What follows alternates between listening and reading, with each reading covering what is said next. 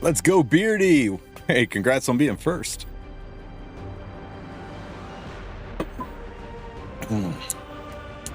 What's up, Kefnetta? Useless. A little bit of pizza. Hey, username was taken. Yep, we up. We're a little bit of pre-stream here. We're going to get the what do you call it? Stream set up.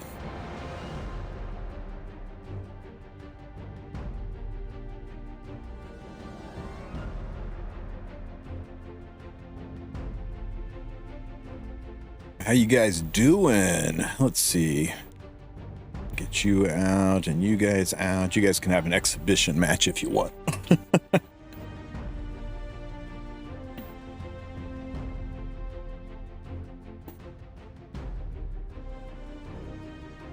Hey, Rick Dreams. Good to see ya.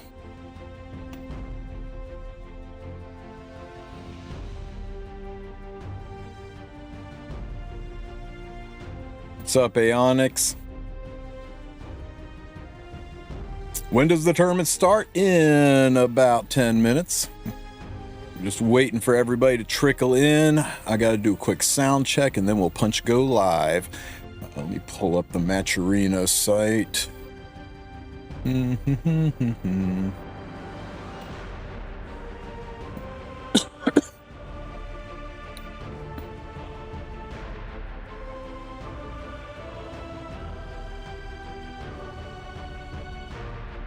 see, where is the tree?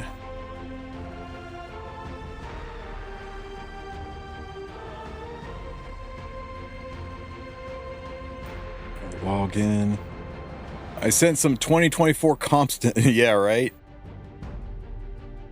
It's going to definitely be a unique experience with the change to the pre-bans. There we go. That's what I needed, the bracket. Let's see. Best of 1.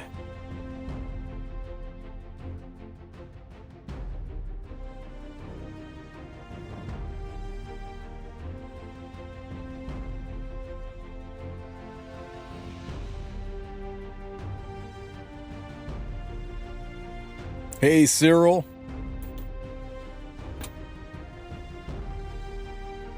You got 6 of ads? I understand, buddy. I understand. I appreciate the sub, buddy. I'm sorry. I've got all the notifications turned off because, you know, we don't want to interrupt the tournament and the commentating. But I do appreciate you. Thank you so very much.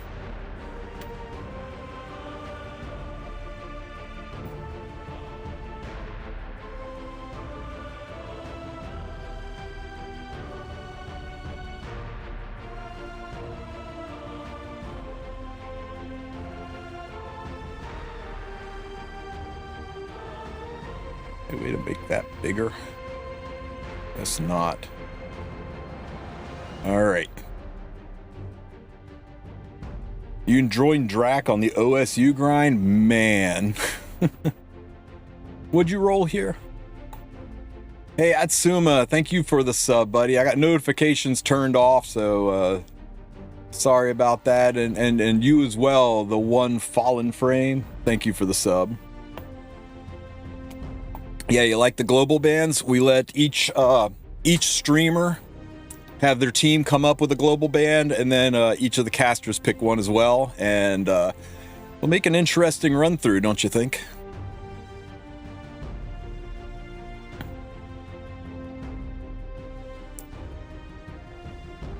Hey, Lotlith, good evening, and save. Yeah, I don't blame you guys. I don't blame you at all, Zoinks.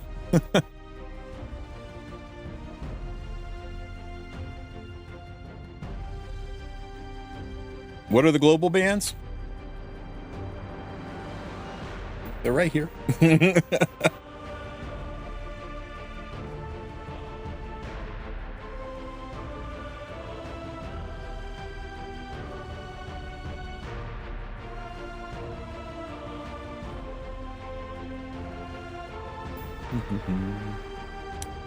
ahead and put this in here again. Oh my god, it doesn't let me copy and paste from this. How annoying. Oh well, people can scroll up and see it. Just put it right there. Everybody's scrambling for the boss first pick. Boss is going to be crazy freaking strong. Crazy strong. She's definitely... I'm stunned. Stunned that she didn't eat a ban. So many people got Aki wrong. I know, right? I told you guys. I told you people were underestimating him.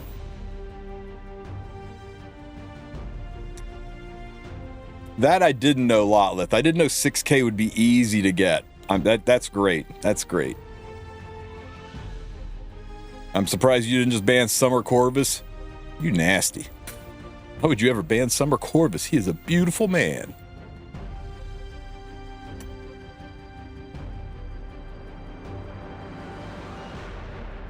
How do I think your Dark Corvus looks? Hey, everybody, rate this Dark Corvus. What do you guys think? That's 70,000 HP after he's superhumanized.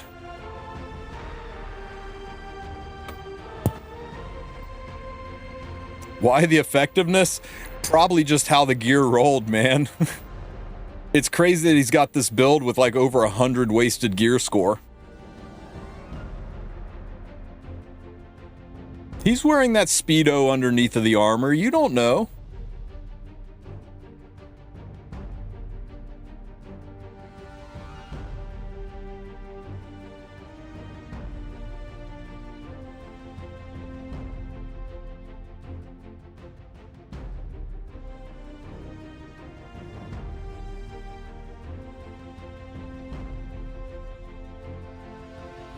Yep, guys, I will be right back. Hang on one second.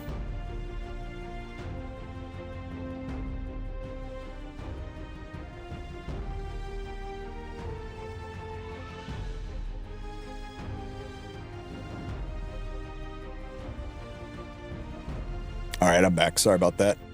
Does Corvus need a bit of speed?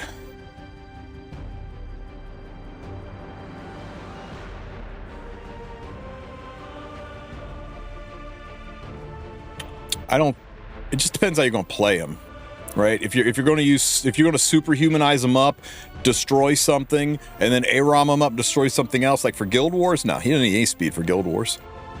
And on Durandal, he's going to cycle pretty quickly.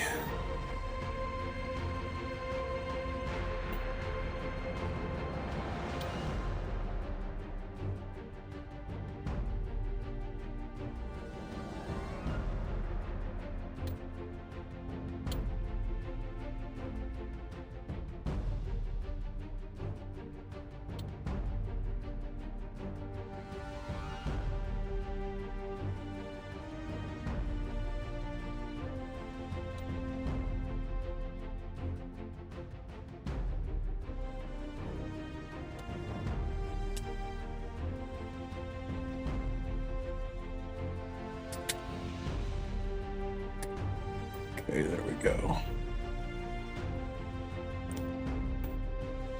We're not turning the warfare rules on this time around. Too many, it just wouldn't be fair and fun to the new players, and with the pre-bans in place, it might tip it incredibly lopsided. So that is a bridge too far for us, I think. But we are going to let them have two regular bans as well.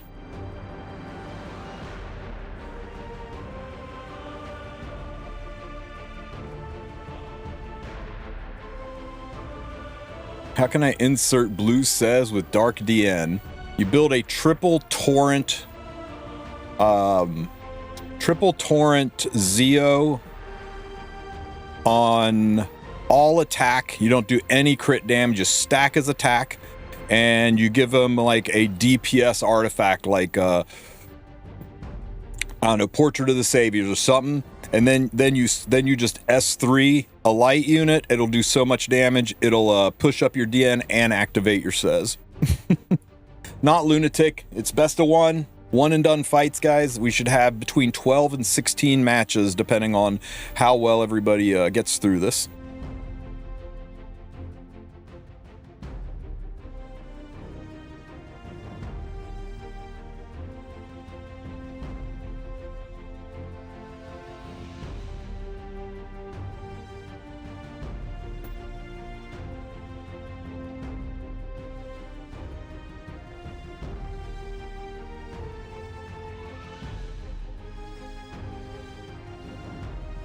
I'm getting messaged back and forth, guys. It is almost time. We got 2 minutes. Let me see. Hello, Mr. Divine. How the heck are you? Invitations, I'm fully prepped and ready. Mr. Valky, how you doing? I'm doing good. I'm barely alive, but I'm alive, you know? Take your time, take your time. I'm just realized that we had all this list of like Discord and Matcherino names for who was champ, emperor, and everything, and I never got in-game names, so I'm getting it sorted right now.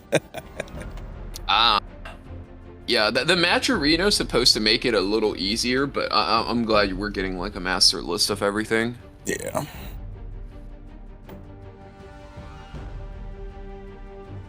Yeah, I'll toss the cam up. Yeah, fire it up. Let's get the show on the road. Let's see. We're going with champ first, so where is he? I saw him in here a minute ago. So what Xander's stream title is? Dia Gordo, Equipamos Cositas para el Torneo. I'm assuming he's gearing for the tournament. Good morning, Blackbeard. He was worried about having to be in here and yapping with us, but also yapping in Spanish to his community. I was like, dude, you can stream. It's fine. Let's see. This goes to here. We're turning the bonus alarms off. This goes to... Yeah, welcome to your bonus alarms. You signed up for this. No, I had one at 510 just in case, but... You're going to have to run your mic up a bit, Divine. I got you maxed out and struggling to hear you. No, I'm just moving. Oh, okay. As long as you're aware.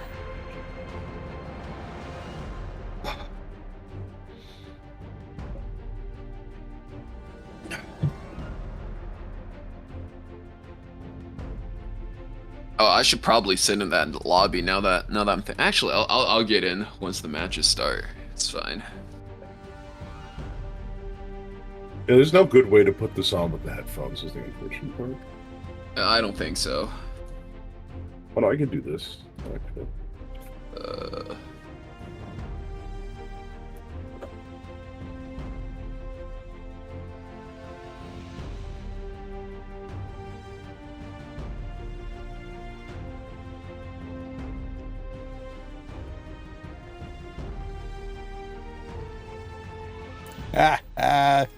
Looking quite dapper, Pirate Captain Divine. Pirate Captain? You know, somehow I realize I'm also a pirate captain. That's crazy.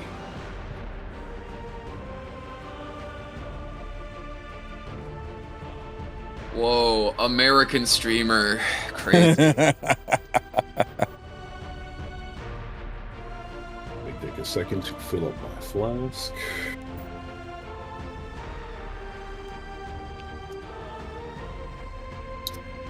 So this is what they mean when my friends say they're from the hood. That's crazy. Is being filled up with 7-11 Okay. Shirley Temple.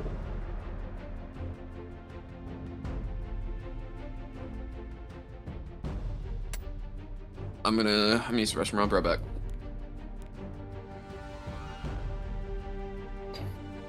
Did you ask everyone to DM you their information? I got it all now. I just we're just waiting on people to join. He changed his name to... Okay.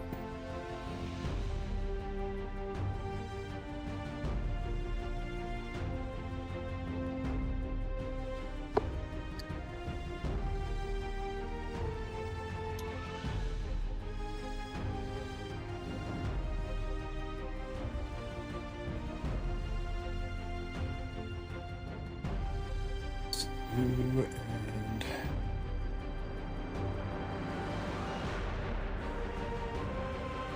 yeah, Vic's teammates still need to roll in, and we'll be able to get a first match going pretty soon.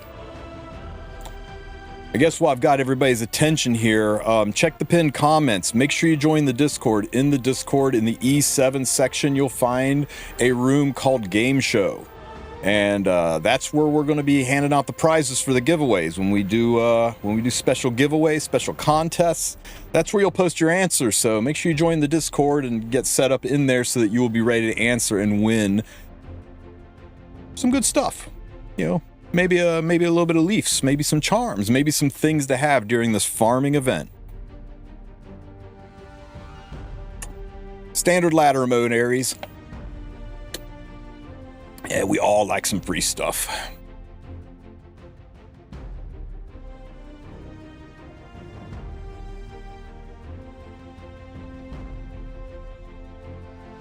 Ah, there we go.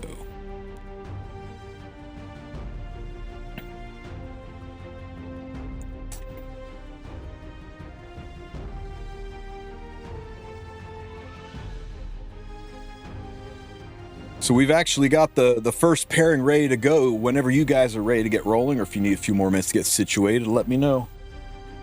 I'm good to go anytime. Okay, well, we randomly shuffled the teams, and the first round is going to be Team Vicchun versus Team I'm_Sue.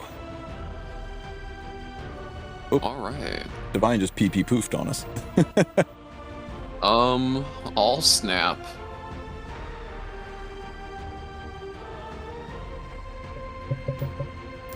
You okay there, Divine? Did we lose you? We might have. We might have.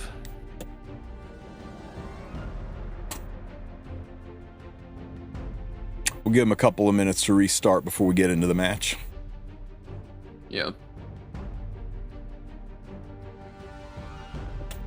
We'll let him we'll get situated.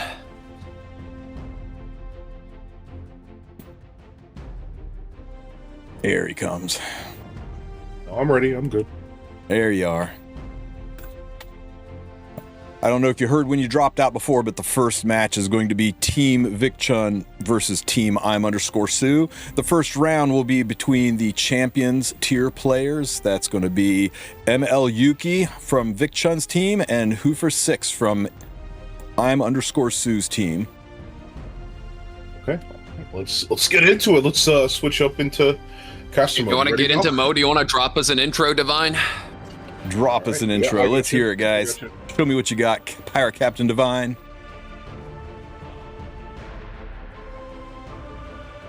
Welcome, everybody. My name is Pirate Captain Divine, and you are welcome aboard my mighty ship as we set sail open onto the perilous seas. We've got boarding onboard vessels from our alpha males dominating as they try to see who comes out in this Battle of the Alpha tournament, hosted by Tristen Wulf, our good old friend from the community as always. He's going to be helping out, giving out a whole host of wonderful prizes, lots of giveaways with plenty of leaves, charms, all that epic equipment all you guys need. And on board as my right-hand mate is, of course, Valky. Wonderful as always to have you aboard, buddy. Throughout the entire month of December, these four content creators have rallied their teams, their crew, all culminating to today where they will have the final showdown between them to see who the true alpha is. We've already given away 40,000 Skystones 80,000 Sky Stones in total ready to be given away. But don't worry, if you're in chat ready and waiting, we will be giving out some coupon codes spread out throughout the day. Those will contain some leaves, charms, all things very valuable to have on this auspicious day, the hunt buff, especially with new equipment set dropping. We are ready for the giveaways, we are ready for our prizes, and we are ready to get into the action. All right, round one is going to be ML Yuki from Team Vic Chun and Hufer6 from Team I'm_Sue. If you guys are ready, we're going to punch this up. First pick's going to be randomized here. Hold up. Hold up. We got to hear from the captains first, right? We got to hear from the alphas, right? Figure out what they're doing. Yeah, we gotta. Let's get them up in here. Let's get them up in here. On board the ship, and let's have a little talk real quick. We're going to brick the cameras for a minute, but we can do that. So everything bricks. We're going to surprise them here. Here we go. The less people see of these things in my hand, the more time I have until somebody swats my house anyway. We just pulled you guys in real quick because we wanted to hear from Mr. Vic Chun and Mr. I'm_Sue about how you feel about your champion players and how they're gonna do in this fight. You want me to go first, Vic, or you want it? Yeah, you got it. Go ahead first. Okay, so my champion player is Mr. Hufer6, and how fortuitous that we're facing against Vic in round one, because he told me, because if you notice, look at his guild, he's from Firefly, which, as you know, is who Vic faced off in the Guild War finals, and he's like, will I get to fight Vic if I join? And I was like, hell yeah, you'll get to fight Vic. And so he was like, let's do this. So he specifically wanted to fight your team in particular. So I'm pretty excited. He's really fired up. I'm really fired up for this whole thing. Honestly, I'm very thankful for the players that I have. I think everybody on my team is just completely stacked. They are really solid players, really innovative techs. And if I'm being real with you, I actually think I'm the weakest player on my team. So. Yeah, so Hufer is also with ex-Palladia too. So that makes it even, I guess, more of a storyline, I guess. But for me, I pretty much just started DMing people from my tournament and just played them. And my players are definitely really strong, but Yuki was one of the ones that seemed like really eager to like learn and improve and just like has a good feel. So that's why I picked him up for the team, and I'm looking forward to this tournament. And thanks for hosting, and shout out to Smilegate for funding. Okay, no problem. Yes, thank you so much, SG, by the way. And thank you also to the community, you guys watching. Like this is for y'all. It would not be possible without y'all. All right, I'm going to fire this match up. I'm going to send you guys back to chat with your team. Damn, Vic. That microphone is amazing. Ladies, sorry, he's not single, but you can always dream. All right. All right, let's get these matches started. Let's go. Round one of the battle, the champion versus the champion. It looks like Hufer got the first pick.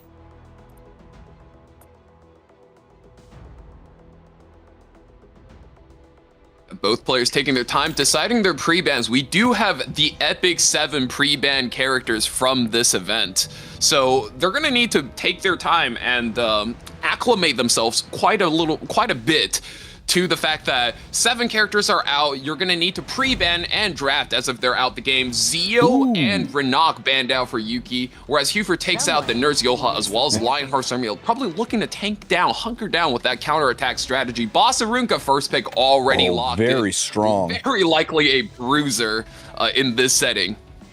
Yeah, you know, it's a lot of these people are going to be disciples of their captains, right? They've been teaching them, giving them a little bit of the fortuitous strategies that have kept them strong at sea this entire time. So Hufer inheriting the will of Sue, what we'd say is very dominant, very strategically focused type of player who tends towards the slower, more bruiser type of play styles. Now, we've known him for a long time, and he had a very unique structure in his tournament. His tournament had a pick a value rating, so we might even see some of the more valuable units that were found in his tournament, expecting to see a Bask here locked into the band protection slot, one of the most valuable units in his tournament. But instead, we turn our ears towards the Empyrean Ilnev being picked up on right side. Valk, I know you have a lot to value in this unit, especially it being one of your pre-banned, followed up by the Genesis Ross.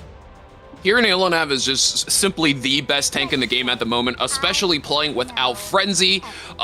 The penetration resistance goes so much and just undoes 3 years worth of balancing. And once you have her locked down, she's completely out as an option for your opponent. You can lock in every single defense penetration character. Huer, though, going for kind of a split strategy here. Not only does he have the Luna able to seal away that very valuable passive, as we discussed, Urban Shadow Shoe is also immense value when up against high HP characters. That's already being drafted on the right side, but it is very reliant on focus. So I wonder if Yuki's already thinking about perhaps a Solitaria that could just limit the performance of this third pick character Huer has. May Chloe right now being hovered, able to reduce the additional fixed damage Shu will be able to be outputting. Taking his time though, 50 seconds already passed. He's got to lock in 2 picks quick.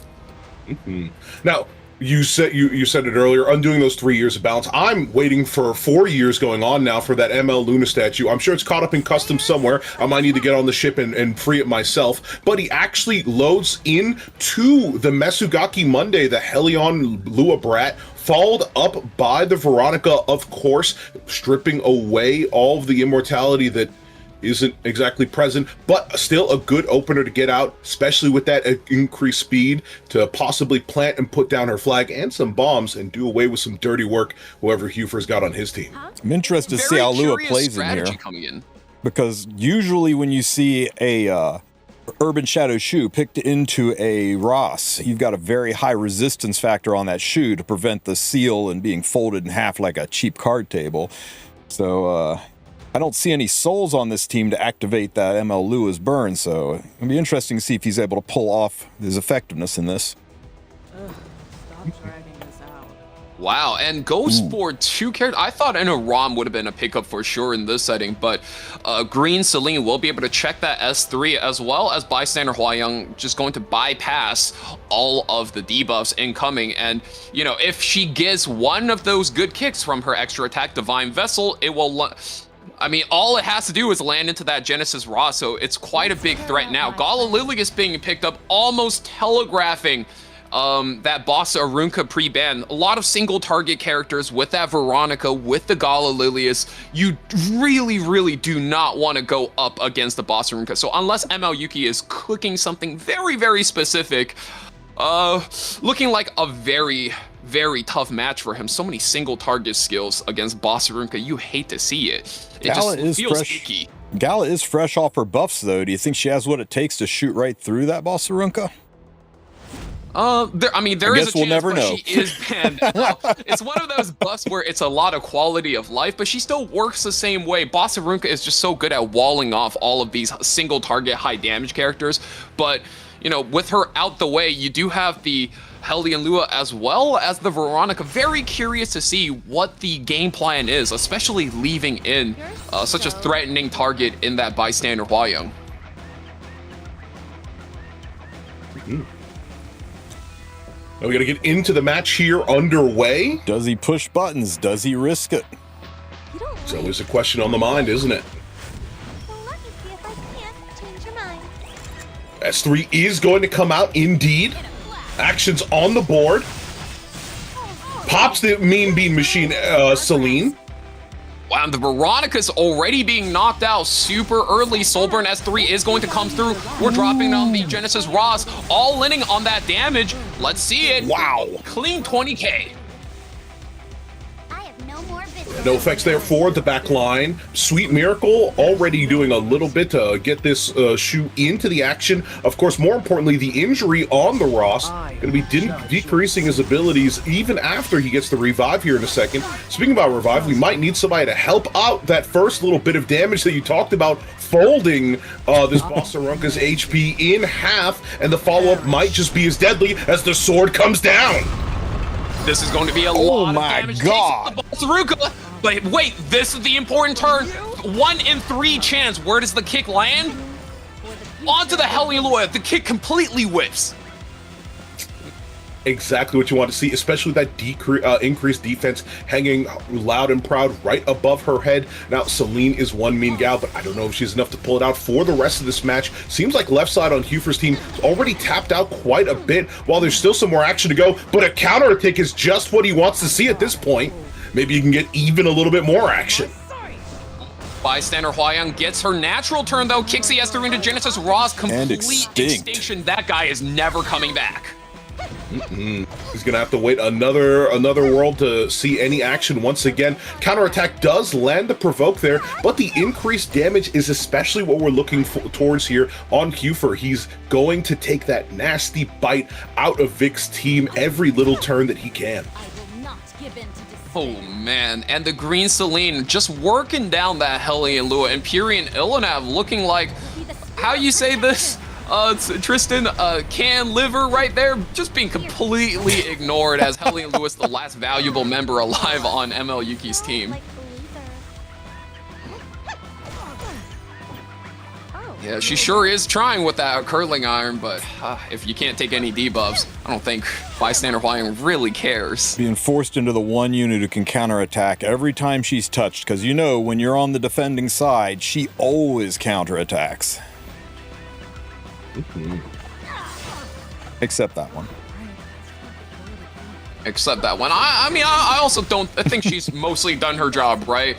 Missed a kick, but finally gets the targeted kick on the Genesis Ross, and finally we got the Urban Shadow Shoe pop off. Full stack. We're assembling the squad.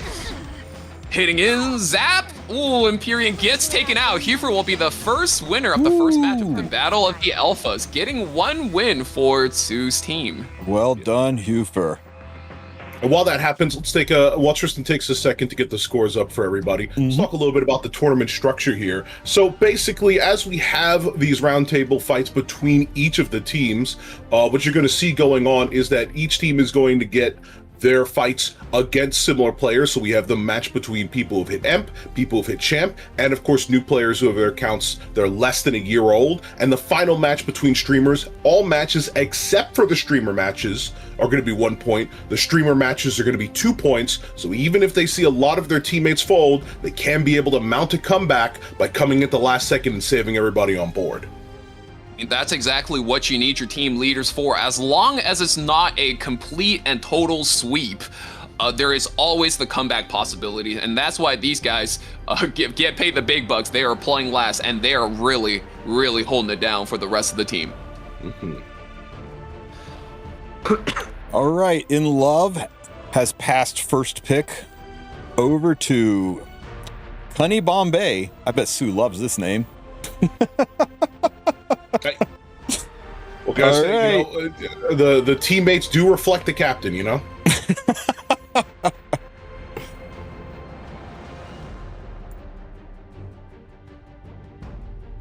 Oh, against Inlove, though, only Ducks. That is a very, very strong guild. I feel like every time on the ladder I see someone from Only Ducks, they've always been hitters or they have always been chefs. So shout outs to Only Ducks. I'm kind of scared of those guys. So Cunny Bombay, formerly 3 Evil, is playing for team I'm_Sue, is the under 1 year player. His account is his account was made sometime in 2025, and Inlove is going to be fighting for team Vic Chun. Let's you guys ready to fire this one up? Anytime the players are ready, I'm good to go. In we go.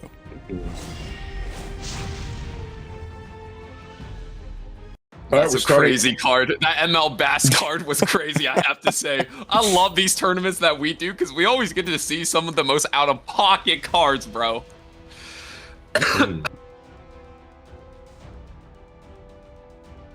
All right, we're getting into the next match out here. Of course, once again, ladies and gentlemen, Valcheck DMs, as we are underway out of it, and we're going to see the pre-bans out here. Once again, we're seeing some similar strategies that possibly reflect our favorite friends out here. Well, there's one thing everyone can agree out on these dangerous waters. That's everybody wants to ban Harsetti, please. Wow, and a first pick Bunny Dominion goes down. That's very curious. I know she got a buff, but what is man cooking? Cunny Bombay immediately locks in the Hellion Lua, locks in the Spirit Eye Celine as well. Wow. I mean, he's just like this is very aggressive, just completely going all in. Hellion Lua really coming in big. I mean, even with a ROM in the game, that's a little crazy, isn't it? Mm-hmm.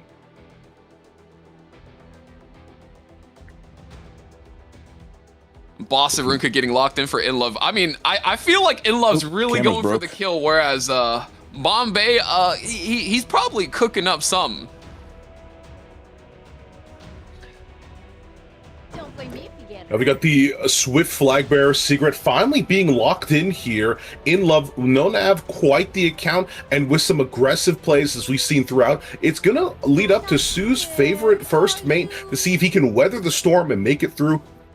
Top Monocle Luca comes out to challenge a little bit of those notions, setting up the rest of the draft, and it's anchored all the way through, possibly by an Arya. Maybe another princess might finish off the draft here for all these leading ladies on left side, looking to seek for victory. You know, I'm gonna just say it, man. I think it's crazy. Every time I see a Boss Arunka and the other guy's like, I'm gonna put more single target characters into that Boss Arunka. I'm like, all right, bro, I'm gonna let you cook. Whatever you say, nephew, you know? You gotta be cooking up some I don't know about, because last I checked, Boss Arunka's entire character identity is that she completely walls out single target. Arya does get locked in here, and I think she's a okay-ish character as long as you can weather off that Genesis Ross damage, which is going to be quite a heavy amount. And I think there's going to be a big matchup to be seen if she does make it through against the Flag Bearer Sigrid. Effectiveness versus effect resistance is always an interesting battle to see. That is like the pinnacle of how a player cooks their account. Mort does get locked in, so we don't want to see that Arya go off in any sense whatsoever. Which could be out there for the 5th pick counter pick, and we've seen from the last match as well the Extinction, a big hand in dealing with the Genesis Ross. So we do see a ban out for the top model Lulica, maybe perhaps for that reason. While the ban gets handed out to Nurse Yulha, apparently there's something that's going to be taking her attention away from the match as we get into it right now. Second round, one up in Sue's team favor. And we'll have to see how it goes on here. Sue's on the left, and of course, Vic Chun's fighting on the right side here with the Hellion Loon coming out quickly to put out those debuffs. Where do they land? That's 2. It goes in immediately. Lua fires up the stream, but no counterattack's going to be going through just because of Mort existing. Very strong power pick there from Inlove. Even if Mort does nothing all match, that passive alone will be able to hold it down. Spirit Eye Celine, Arya, as well as Hellion Lua all rely on that counterattack in order to function. But now we're finally getting the match started. Soul That's burns a once chunk into of the boss damage. Yeah, It can be another chunk of damage, right? If it Oh my doesn't finish God. off the first time, it still doesn't the second. Counterattack comes out, and Mort gets that barrier with that speed for himself onto the rest of the team. He's finally out of souls, though. Still, the Boss Arunka is holding it down. Spirit Eye Celine, I mean, you got one more attack. We're going to skip the S3. One more attack goes in. We're taking out the Boss Arunka finally. Arya being the last member here. Can she anchor down the entire draft? I mean, it's going to have to work. We're popping the S3. You won't be able to counter, but you'll be able to take that shot from Ras and protect her softer teammates. The defense buff is going to be doing a lot there.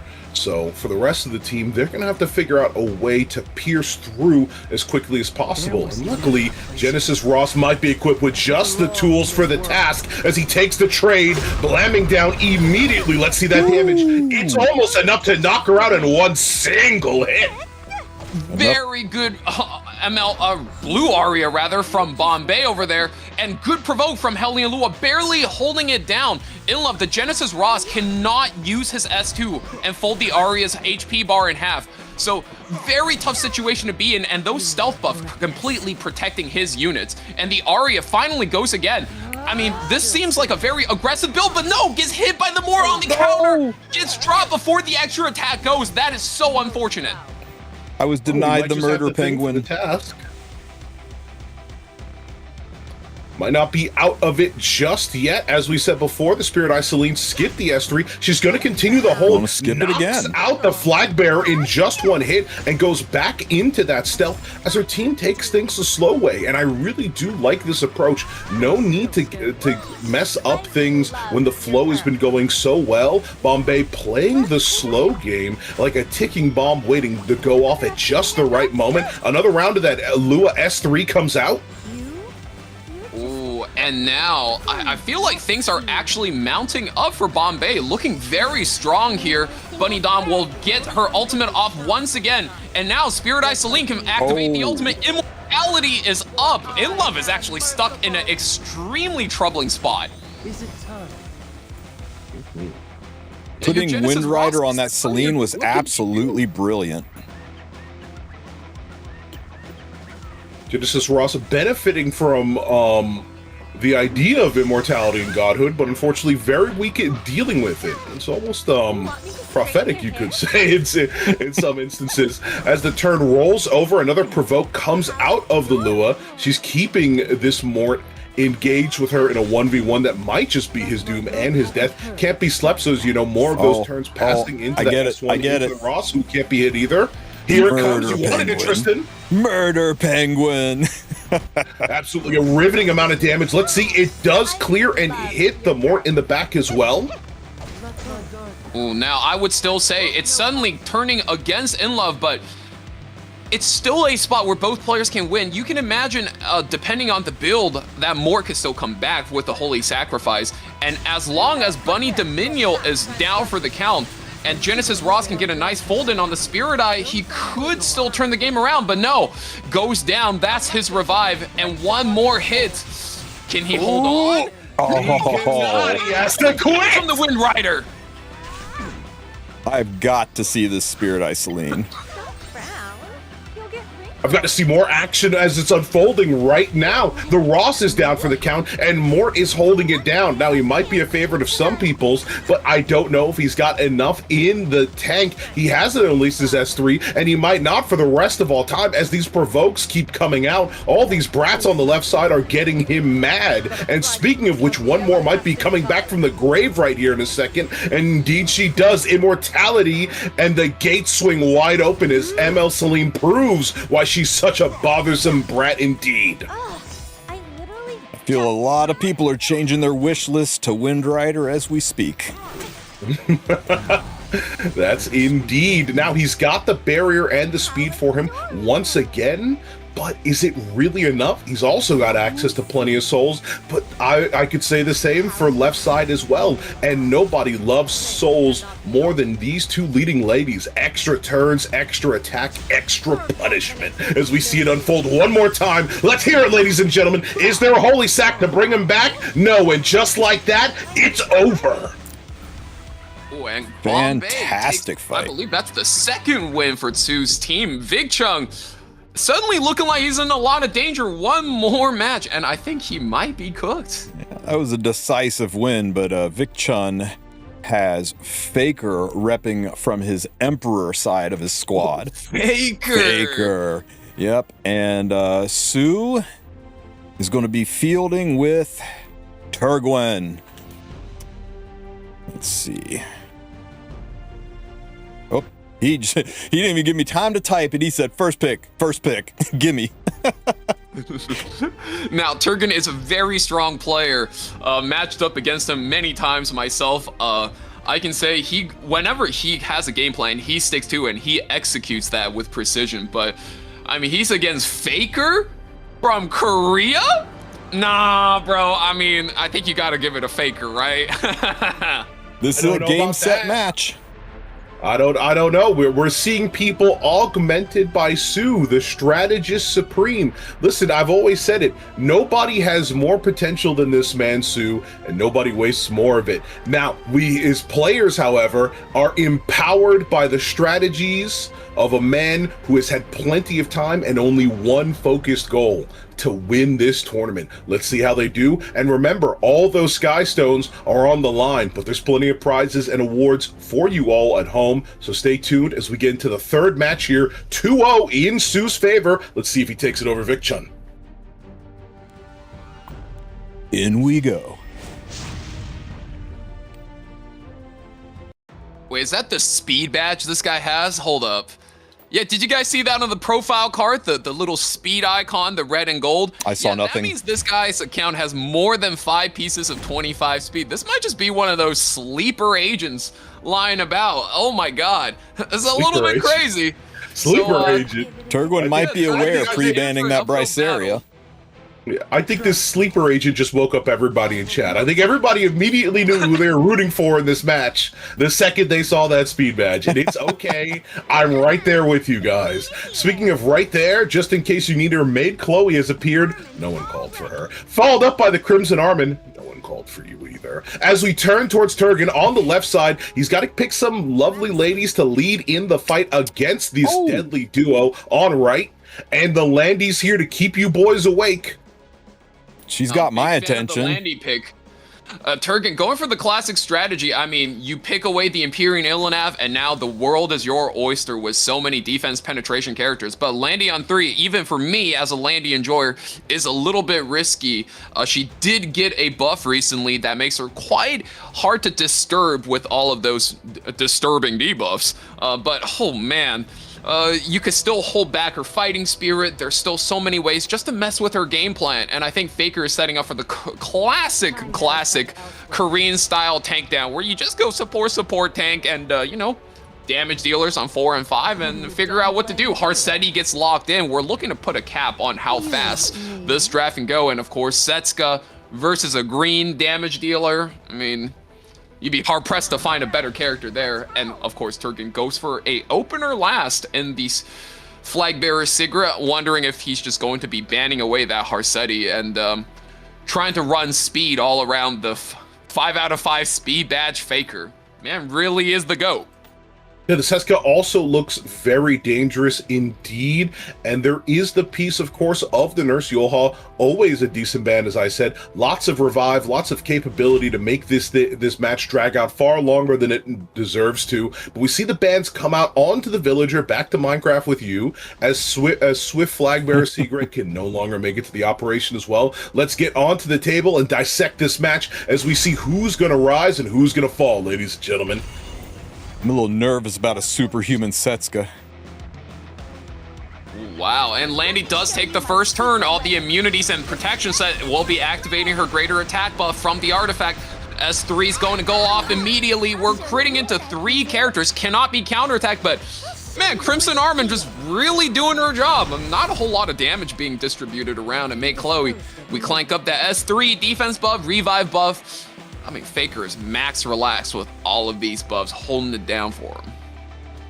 Indeed, he's got an incredibly exciting team, if you're insane, on the right side there, and the immortality, the res, the healing, it's all there to be dealing plenty of support over the long term, just long enough for the Setsuka to possibly get in action and just demolish, devastate, and destroy the team. But there's somebody here that I like to call the #1 hater in Epic 7. That's that green Landy back there. The more buffs you have, the angrier she gets. Speaking of angry, just got a little bit triggered seeing that superhumanized proc up with that increased HP, ready to tank even more, and you can't tank harder than with invincibility. And that is a very, very heads-up play from Faker there. Instead of pulling the Setsuka, superhumanizing her, which everybody in chat was looking forward to. Instead, we're going to be pulling the Crimson Armin. I mean, look at that. Another greater attack buff ultimate from Landy, completely bypassed with that play. Very, very good read on the flow of the match, and Faker is locked in for this. Nurse Yoha goes again, and Turgan's certainly stuck in a spot. Now Setsuka will be getting one of the best ultimates off in the game whenever she decides to go.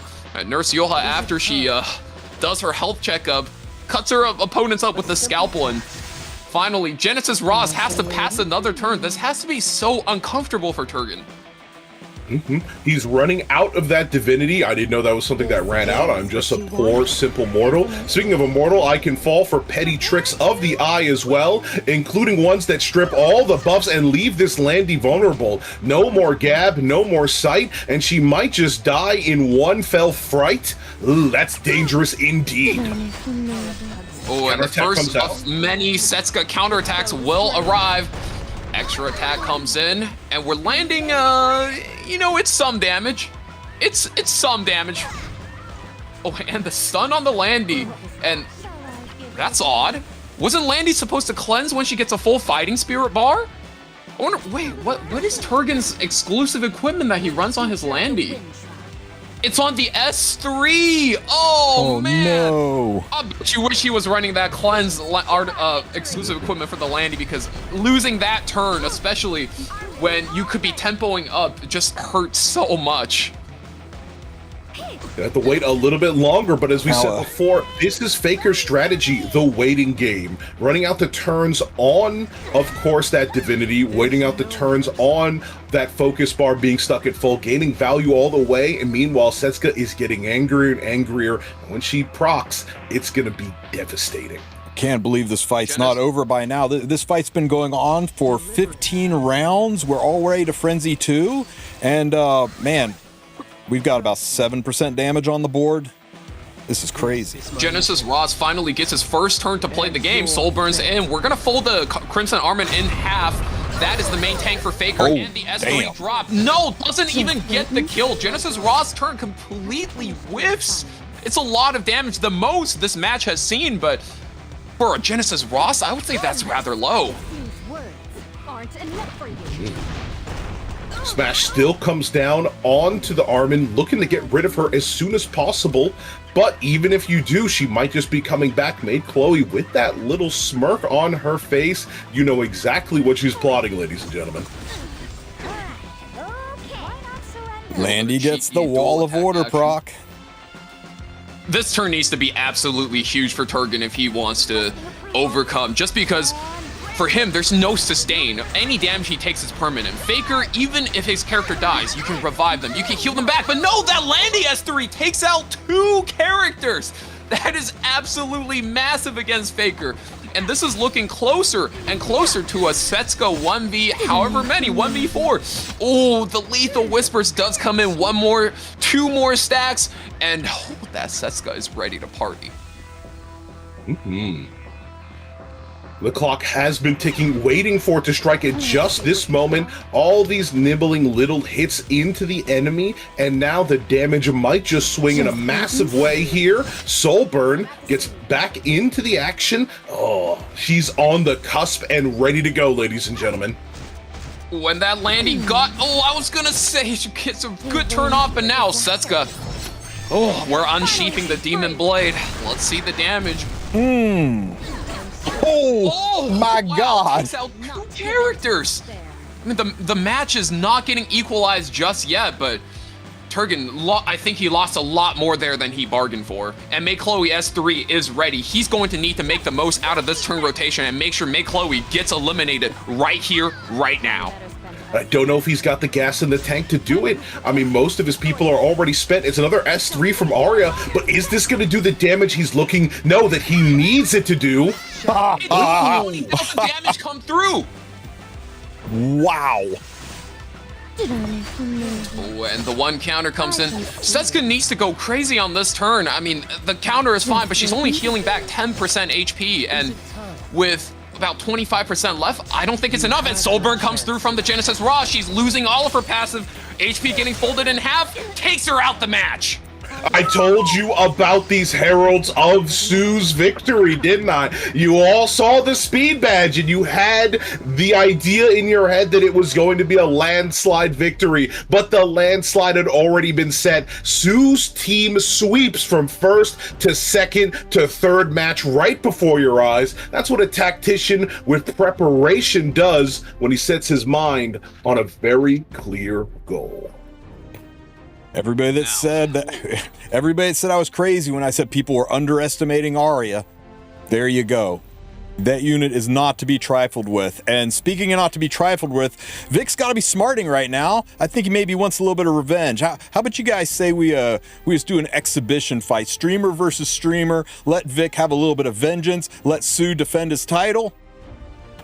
Yeah. I mean, throw the boys up in there, right? And I think you definitely hit the key there.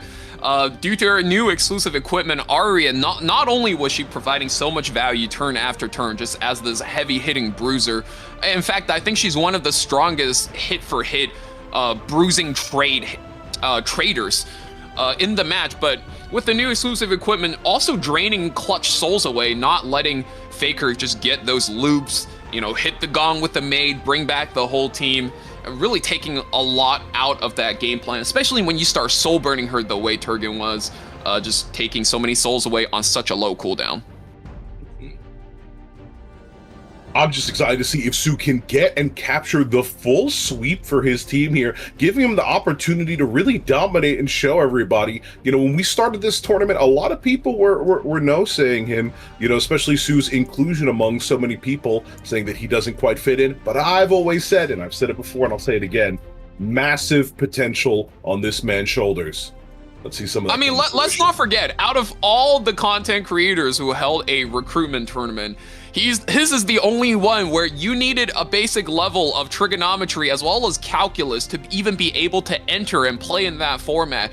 We can only imagine how many of your, how many troglodytes and low IQ, you know, just, what's the slur for this one, guys? The Stovies were eliminated before they were even allowed to be in Su's team. That was a very high bar to cross just to be there. Su's tournament was a gauntlet where you had to count to 10. Now Su's going to be counting down as he eliminates every hope on Vic Chun's side one by one till he has 0 units remaining. Let's see that match.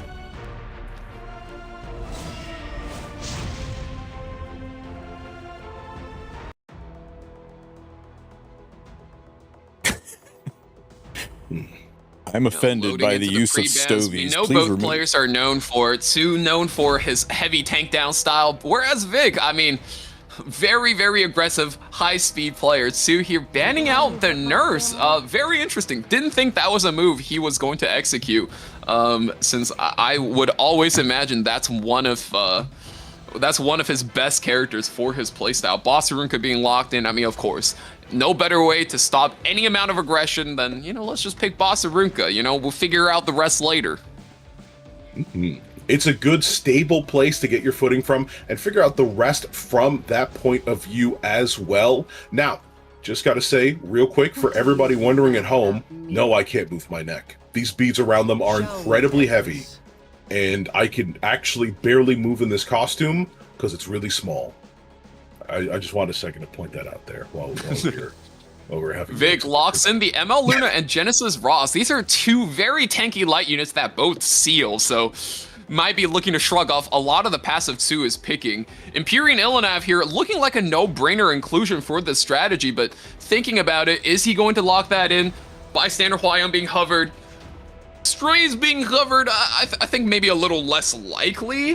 But there we go. Yeah, man. Why are we pretending? You know, like, ooh, am I gonna go for a stray? There was the muse. Oh, actually, no. I get to say this as a form of knowledge checking. The guy hovering the Muse Rima before, I'm pretty sure was hovering Muse Rima because he beat Su's tournament with the Muse Rima, and that was his waifu. I think that might be the same guy. He waifu'd the hell out of Muse Rima and actually used it multiple times in like some brain-busting strategy. So I'm pretty sure that was a send-up for his waifu. Speaking of waifus, Vic Chun's got the Tamarin coming out, now PvP playable, ladies and gentlemen, in 2026. Did you have that on your bingo card? No. Unfortunately, there might have been some more pressing issues. Speaking of which, after the Idol Showdown, we've got some other favorite Idol girls coming out, such as Smart Falcon, a lovable idol dressed up for the stage. Nope, wrong game. In fact, it's going to be the Mean Bean Machine Green Celine locked in right here, ladies and gentlemen. Or Urban Shadow Shoe, sure, why not? It wasn't even green. It wasn't even. How did you go from green rogue brief to dark warrior in? That was one hell of a pivot My man, even being a TFT player himself, could not process that. Looking to wrap up the rest of his draft, though, I would say Vic goes for extremely flexible strategy. I mean, he's got the debuffs coming out from Luna. He's got the splash damage from the Luna and the Shu. And on top of that, he's got a lot of nuking power coming in from both the Ross and the Shu, being supported by that PvP Tamarin. Only thing he lacks is, just that little bit of bulk. And so identifying that, immediately drops to Landy. We already seen Landy do work once, and surely if she comes out, Landy's going to be doing work again. I am here for a 300 speed warfare set Tamarin. You think that's what we're seeing here? Is that what Vic has cooked up for us? Hell no! It's gonna be very hard to hit 300 speed without a speed set, but Did you see a speed badge on Vic when he came in? Hell no! You didn't see any of that. Yeah, I would say if he was lucky, that Tamarin's probably 250 speed, and there it is. With so many units that's vulnerable to the disrupt, Death Dealer Ray comes in, Landy banned out for Sue since that is just going to be his highest tempo unit, and Genesis Ross being taken out under threat of that Empyrean Illanav. So overall, I would say Vic actually gets himself a splash damage strategy that looks quite good in a slightly longer match. Especially with such deadly, debilitating debuffs on his right side, as of course welcomed by the Death Dealer Ray, who's on the match just supplied our good man Tristen Wulf with a healthy dose of that copium that made him think that 300 speed Tamarin was about to show up. And he's got even more to say as his team gets underway, getting that first little chunk of a hit into Botsarunka. Plenty more will come. Plenty more is going to come as we get underway with the Infinite Horizon Acades taking their turn, going for the stun, getting a little bit cheeky, but not getting the reward. Ooh, Zap comes in, and I believe that is a Resistance Urban Shadow Shu now going back into stealth, and Tamarin now finally takes the stage in RTA in a non-meme setting. We got the Magaraha's Tome as well. That is going to be her best aggressive in slot artifact. Props the S2, gives her team the turn, and look at that, already at 80% combat readiness herself. Ray goes again, and now, I mean, look how fast they're going. One hit comes out from the Luna, does get resisted by the boss, but oh boy, I love what Vic's cooking up. This is going to be a storm coming in. If I expect a boss that's as tanky, that's as resistant, that's as boring as ever, I'm going to expect it from my man Sue. I mean, this guy is just the king of boring. You turn into any of his chats, he's talking about card games. He's the biggest stand for all these other gacha games. He's a real aficionado. When I think glasses and a plan, this is my man. And speaking on the right side, we see Vic Chun really going in fast and furious. Why? Because he wants to get the hell back to sleep. We woke him up at 5 a.m. for this tournament, and he's telling his wife, I'll be back in bed soon. 6 a.m. is when he's planning to get himself back into the bed, and he is rushing for it. Lane comes out from Empyrean Illanav, and that is the cool part about playing Tamarin Death Dealer Ray. When you S1, your auto attack will be getting at least an AoE check for that Venom, as well as the AoE detonate. That looked really cool, but I think Vic is starting to fall behind on tempo. That Botsarunka in the front really holding it down. In fact, shrugging off all the debuffs, even with the hit effectiveness up buff from Vic. So Vic's looking like he's in a bit of danger here. That Cure wand proccing from the Death Dealer Ray. Do I know what it does? No. But it did proc. It looked funny, okay? It looked funny. It looked funny. It was on the screen for a couple seconds. Speaking of on the screen, 18 burns have appeared. We need a Firefire unit to put that out. A Firefire unit would actually be kind of dope. He would even be a warrior and a Soul Weaver. Speaking of a Soul Weaver, we got the action from Death Dealer Ray, sneaking a little bit of sleeping pills across the enemy team. These girls taking a quick nap, but they might be woken up a quick from the attack. These rat attack coming out. As the damage and the debuffs, and of course the venom stings its way through their hearts, injury coming out aplenty. But unfortunately for Vic, resistance just looking too high for Sue across the board. If he had more injury built up, that might have been a bit more damage, might have been a bit more favorable, but as is, ooh, Sue is still holding it down. Tamarin once again puts on another show for us, healing up the team, topping them off, and I mean, looking tired after the show. Bossarunka finally going for the soul burn, gets the defense break. Kuro lands, detonate the burn. Ooh, Vic has just lost ML Luna. We lost our biggest way to the debuff. 4 souls for Vic. It's not looking too good. Yep, now we might see something interesting here as the buff and the barrier is put up to get this Holiday Euphine back in action. She'll snuff out that shoe from her stealth really quick and perhaps put on a couple more burn debuffs as well. You have to see, this is the problem with the Tamarin. She's got the speed and she's got the set, but not the effectiveness to effect resistance to block these burns, which are really taking a dangerous chunk out of her HP. Now we need the Urban Shoe to get up stat and quick as she takes her, what, 33rd peck at the Bossarunka? And you know, you put it perfectly, Divine. These might not be big hits, and even the fully rep ultimate was only 400 damage, but these pegs are starting to really add up. I mean, Bossarunka's max HP now only 15,000. We're dropping another S3 down on the Tamarin, lands the defense break. Not going to be doing enough damage. Frenzy 4 lands. The battlefield is turning red, and we are seeing the Blood Moon hit the board. Oh, Infinite Horizon Akadi now. I mean, we're inverting 2 debuffs, but desperate times calls for desperate measures. We are doing all we can. 2 stealth buffs on the... Uh-oh, is that... Guys, this just in. Very Hungry Dragon sets Pop Idol on fire. News at 11. News at 11 as the follow-up comes through here. The damage, the burns are applied. The Empyrean Elnav has a chance to get a part of the action. Slices and dices. I'm pretty sure that bird is going to take care of the rest. We'll see Tamarin at the next CM. I hear that it's a sprint CM. So happy to have you back there as we keep pushing this girl, Holiday Euphine, back into the action. Hey, Valky, did you notice the interesting thing there when Akadi's transmitted those buffs? She put a stealth on Arunka. Yeah. I mean, that's not exactly what you want to see, because now, I mean, you can just attack right through Holiday Euphine, getting one-tapped immediately. I mean, oh man, now the Death Dealer Ray, the injury. This has just became a 1v1 between the Bossarunka as well as the Urban Shadow Shoe. Little did Sue know Akadi's was a sleeper agent working for Vic Chun. It was on all his tanks as well. Listen, if there's anything I've known Sue to lose to, it's bad luck. I guarantee it. Worry not. The doctor is a patient. Puts the Bossarunka to sleep as well. Urban Shadow Shoe, full HP. I mean, just running it down, and another detonate. 200 health left on this Bossarunka. Not long for this world.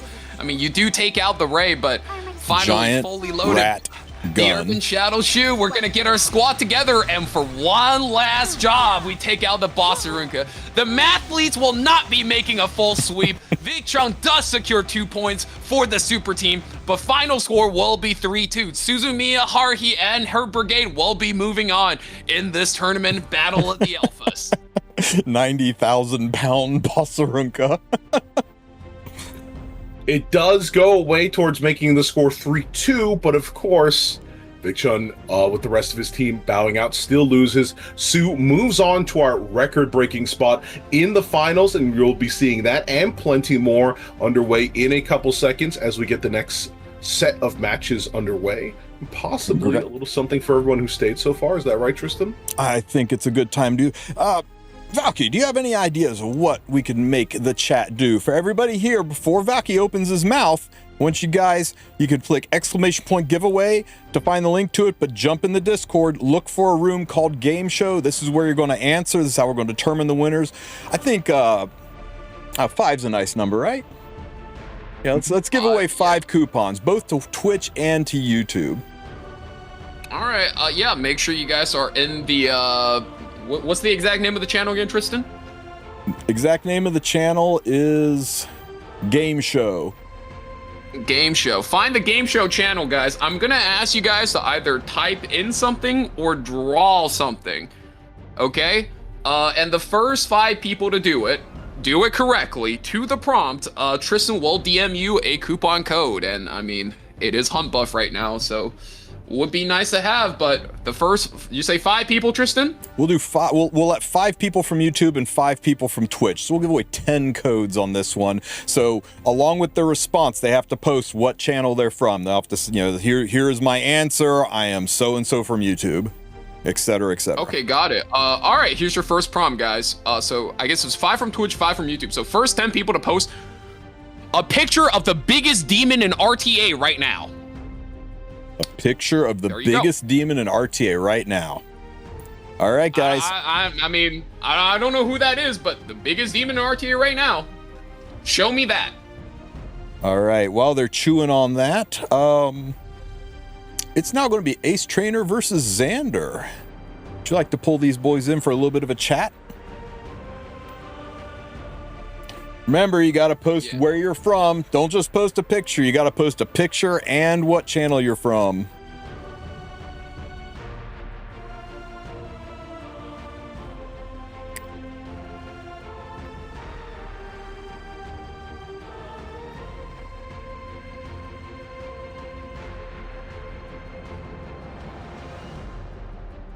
Yeah, this really is just like who can follow instructions and who can follow them fast. All right, go ahead, Tristen. Okay, we've definitely got more than enough responses, so we'll be able to sort through that. Whoa. We got some responses. Oh, we sure did. We sure did. I would love to take a look. I still can barely move my neck. I feel like the camera in a Five Nights at Freddy's game where I just like slowly panning left and right. Okay, lucky winners, you will be contacted by DM on Twitch or on Discord, so I'll be shooting you a message here soon. Wow, really?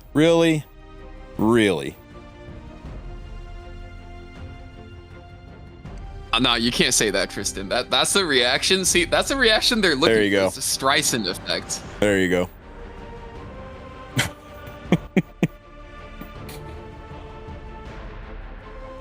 Alrighty.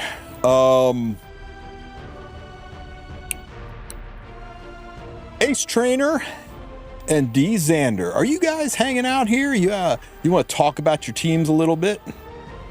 What you guys are going to be bringing to the next fight? How confident you guys are feeling? Yes. So I prepared a lot with my teammates after running tournament to select them based on these different criterias, right? And honestly, I was preparing a lot from looking at E7GG, the classic Vic Chun study group kind of thing. Right? And I feel pretty confident in terms of all my teammates, but in particular, I'm so hyped for Noradogs playing because he's my newbie teammate. Oh, but yeah? I had a chance to sort of cast my tournament with him when I was recruiting for the team slot. And his game knowledge and enthusiasm for the game blew my mind that he was only like a 7-month account. So it's a very tactical it's a very tactical strategy. I think in a lot of ways the newbie match or the new player match is the one where some good guidance can swing the results the most. So I like the strategy. I like your head there. Yes. I can tell you're hyped about your first match because your first teammate to fight's name is Hyper. So Hyper from Team Ace Trainer going up against Kate Z from Team Xander. Xander, what'd you do to prep for this match? How do you feel about your chances? We can win. I trust on Kate. He doesn't play a lot of RTA, but I think he can win. All right, guys. Well, are you ready to get this match rolling? Let's do it. All right. Okay. I'll send you back to be with your teammates, and we will get this fight started.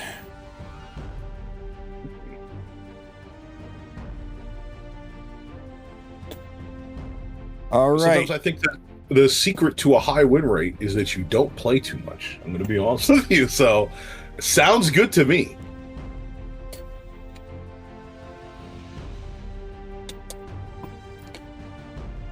Since it's their first match, we'll let first pick be chosen by random. This is the champion player from Team Ace Trainer versus the champion player from Team Xander.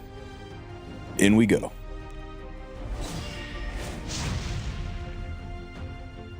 Tristen, when you got a second, can you put up just a mini scoreboard for people at home coming in? Just a 1-0 at the top, or 0-0 for right now. Yeah, sure. Dude.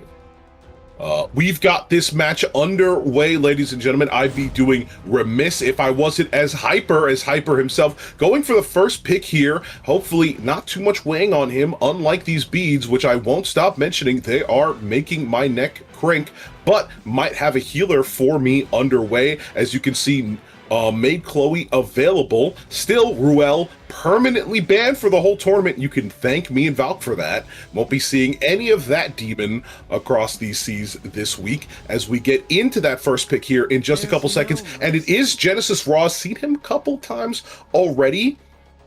He can't exactly heal, but he can definitely deal the damage. Yeah, a little bit preemptive since Empyrean Ilinav's still going to be up. She will be reducing all of defense penetration damage by up to 70%. So very early Genesis Ross pick, perhaps played just as a primer, but Kite's already locking in. Empyrean Ilinav, May Chloe, this is... I mean, that's Old Faithful, you know? Whenever you have those two locked in, no damage penetration, no splash damage. As long as you counterpick your opponent correctly, it will be very, very, very difficult to kill you.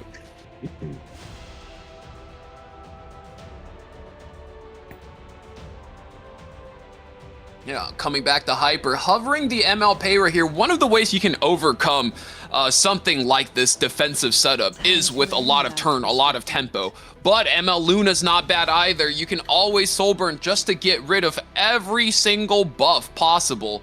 And with Belly and Global Band as well, I mean, all soul burn action is more or less ready for action, rather.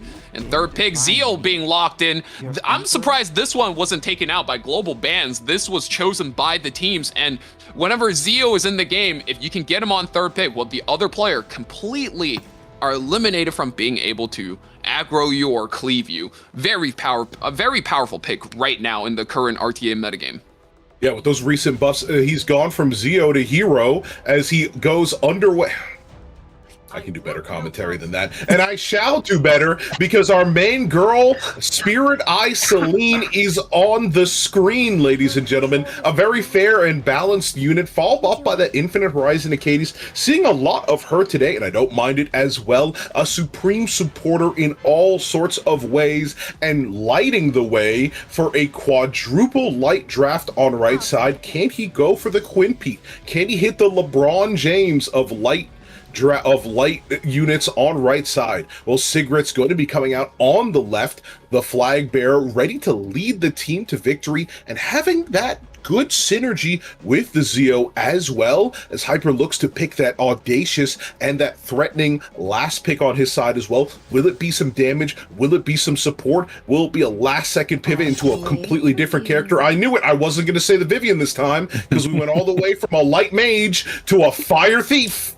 And it's Setsuka. Setsuka is a very strong pick versus May Chloe. You're always in a standoff where the first player to use their ultimate cooldown generally tends to be the one at a disadvantage. If May goes first, all of her buffs can be stripped by the Setsuka. If Setsuka goes first, well, then May can just cleanse all the debuffs. So this is the real Wild West showdown right now. And finally, last pick from Kites does pick up that Lionheart Hermia, but I reckon she's probably going to get banned if you're sporting a Setsuka as well as a flag bearer Sigrid here. Now, both players really taking their time, and I would say if you've been playing a lot of RTA right now, I think Kite's team is probably closer to what you're looking for on the ladder, because with Ruelf light global ban as well as Nurse pre-ban, I don't think you get better revivers than the May Chloe, than the Spirit Eye Celine. Lionheart Hermia remove as well as the Flag Bearer Sigrid. Just such a powerful move, especially at high effectiveness against slower players. And loading into the match, Zeo, to no one's surprise, should be grabbing that first turn, and 4 souls to his name. How does he use them? How does he play around them? Let's find out right now. Yes, Zio, with that increased amount of speed recently, sounds like somebody got a little bit too much of that 25 speed gear, so Zio need to get a little bit of those hops. I hear they put those Skittles, like that Skittle packet that's like flavored, supposed to be like Kool-Aid, in his drink at the morning of the day, and he has just been buzzing around like the little brat he is ever since, as the turn gets passed over the Infinite Horizon Acades after his decree.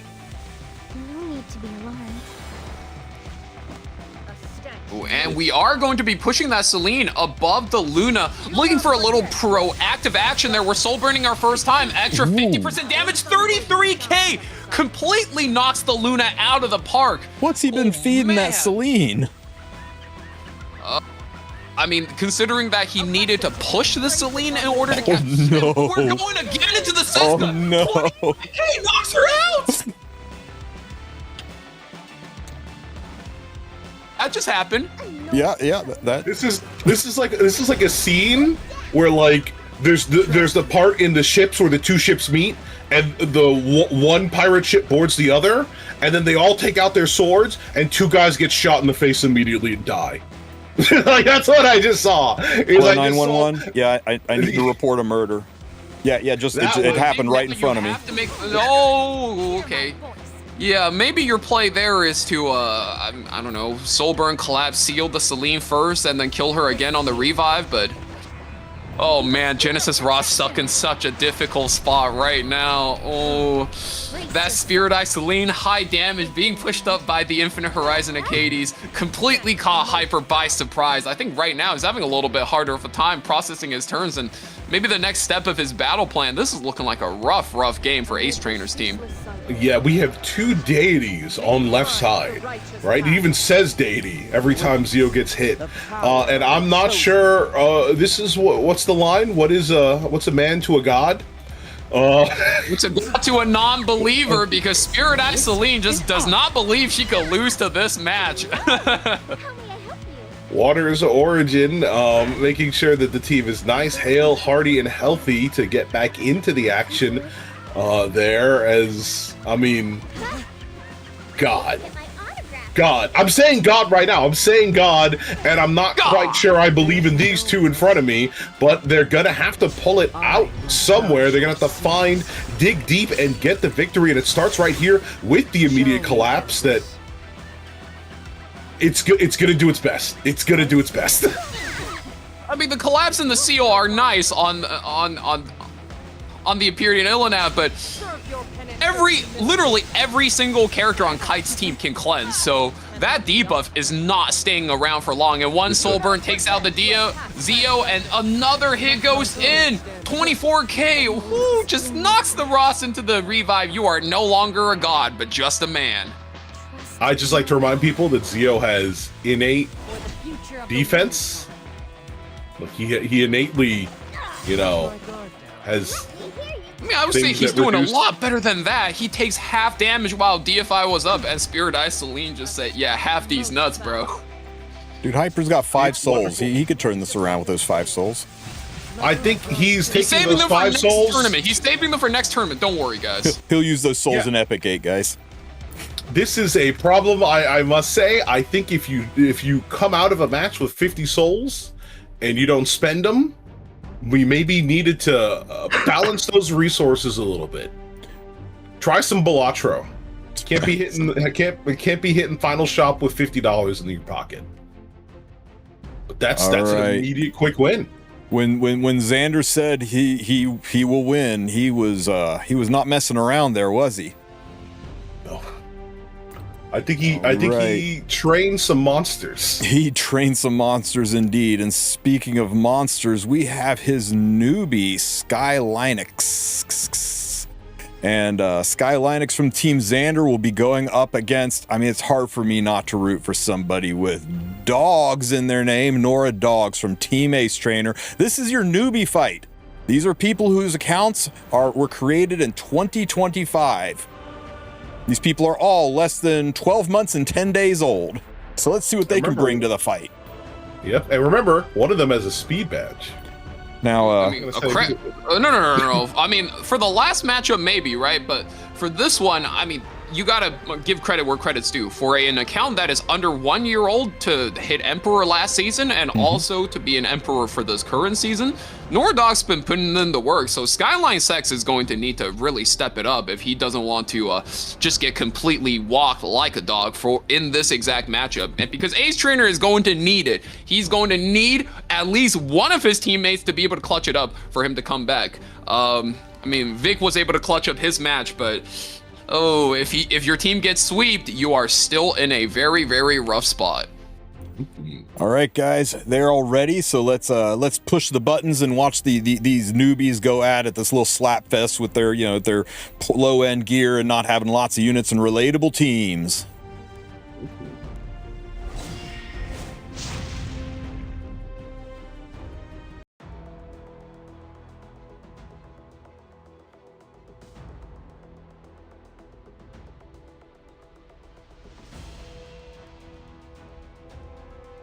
Like 2 seconds away from throwing this hat to the wind. As the battle has been paused, the battle will now resume. I'm fucking this. I hate hat. It is terrible to have a headset on and a pirate's hat at the same time. You gotta be kidding me. This cannot work.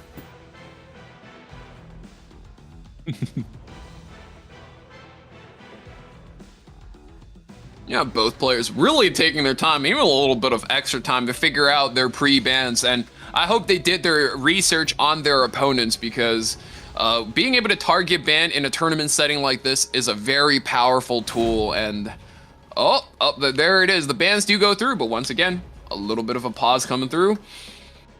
Empyrean Illianav finally being banned out. That is the default pre-ban for all aggro players right now. The moment you knock that one out of the park, all the damage penetration characters like the Genesis Ross are now online. A little bit surprised the Renok's not coming through though. Nerf's finally being picked up. This character was banned pretty much every other match we've seen today, and if she's not banned, she's coming out, and she's coming out swinging. I mean, her best friend Genesis Ross is on the right. I'm not going to assume the gender of a dog, but yeah, you can't let Genesis Ross hang out with a sexy nurse. Bad things will happen. Got to break up that combo, as well as Eupheme being hovered, but there's quite a bit of options, especially when you have that first pick nurse. I would even say one of my favorites, especially after Warfare set, Dark Corvus.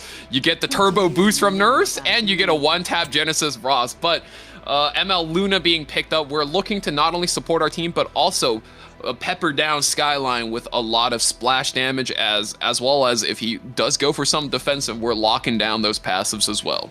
Yeah, we're locking down and we're locked into New Moon Luna and her full moons on for full view as Skyline gets to pick out those next two units and his third pick ban protection unit here. Now, the tournament doesn't have too many special rules here, of course, with those 7 pre-bans, but he's going to opt in possibly to the Renak, not falling for that. No, not anytime soon. Nice pivot from green to green, as he might get something here in the means, in the weeds here, and it is the lone Wulf Payra backing him up. This is Renok's first appearance today, isn't it? You know what, now that you mention it, that's kind of true. I would have thought Azia was going to come through for Skyline, but for Nora rather, but Harsetti is just going to be as good as it gets if you're trying to limit your opponent's ability to be able to play fast, and Skyline there dropping the 1-2 punch with the Festive Ida Arbiter Villager, looking to play the counter aggression game here, and of course MLK Ron as the final bastion of defense being lined up, Red Flam being taken out, as well as Genesis Ross. So Noradogs going with a very tanky lineup, whereas Skyline very much all in, but you do have to play it through that very annoying Harsetti who will be seizing up the first turn. So how much of that can you make? I'll commend you for trying. But it's far from enough. S3 drops from the Harsetti, and you see plenty of debuffs immediately washed away by the Festive Ida, who has something to say in response to all those debilitating debuffs. She's got a little response of her own. We're seeing silence, first of all, as well as many others, and there's still a follow-up to be had as well. A stun on Kayron's head, plenty of fixed damage. Speaking of fix, this school nurse Yulha might have to fix up her team real quick before things get even worse, ladies and gentlemen. Festive Ida, they're landing through so many debuff, the silence, the stuns the Kayron as well. Big tough turn for the nurse there. We're gonna soul burn one S1 in, only one stack of bleed, two stack of bleed. Oh. The detonate, not enough to eliminate the Renok, but I'm sure Luna can finish the job here. Battle has been paused. An interesting tech indeed to buy just a couple seconds. Could you imagine E7 World Cup, like seeing somebody on the stage, like fiddling with their phone a little bit just to to mess with the connection long enough to get a quick pause so they can think about something? No, not going to be able to buy that much time. The battle has to restart because the action won't stop, ladies and gentlemen, and it's an immediate strike with the S2 into that Renak, putting her back as Alexa's basket procs twice, and that would be nice, except there's no effect.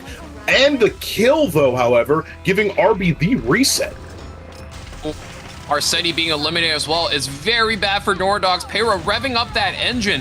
We are getting into the action, cleansing every single debuff, and now the moment the nurse gets taken out, I don't even know if the Kayron can impact the board state anymore, but Luna's going to be the final batch in here, looking to solo this match. We're soul burning, locking away every single passive.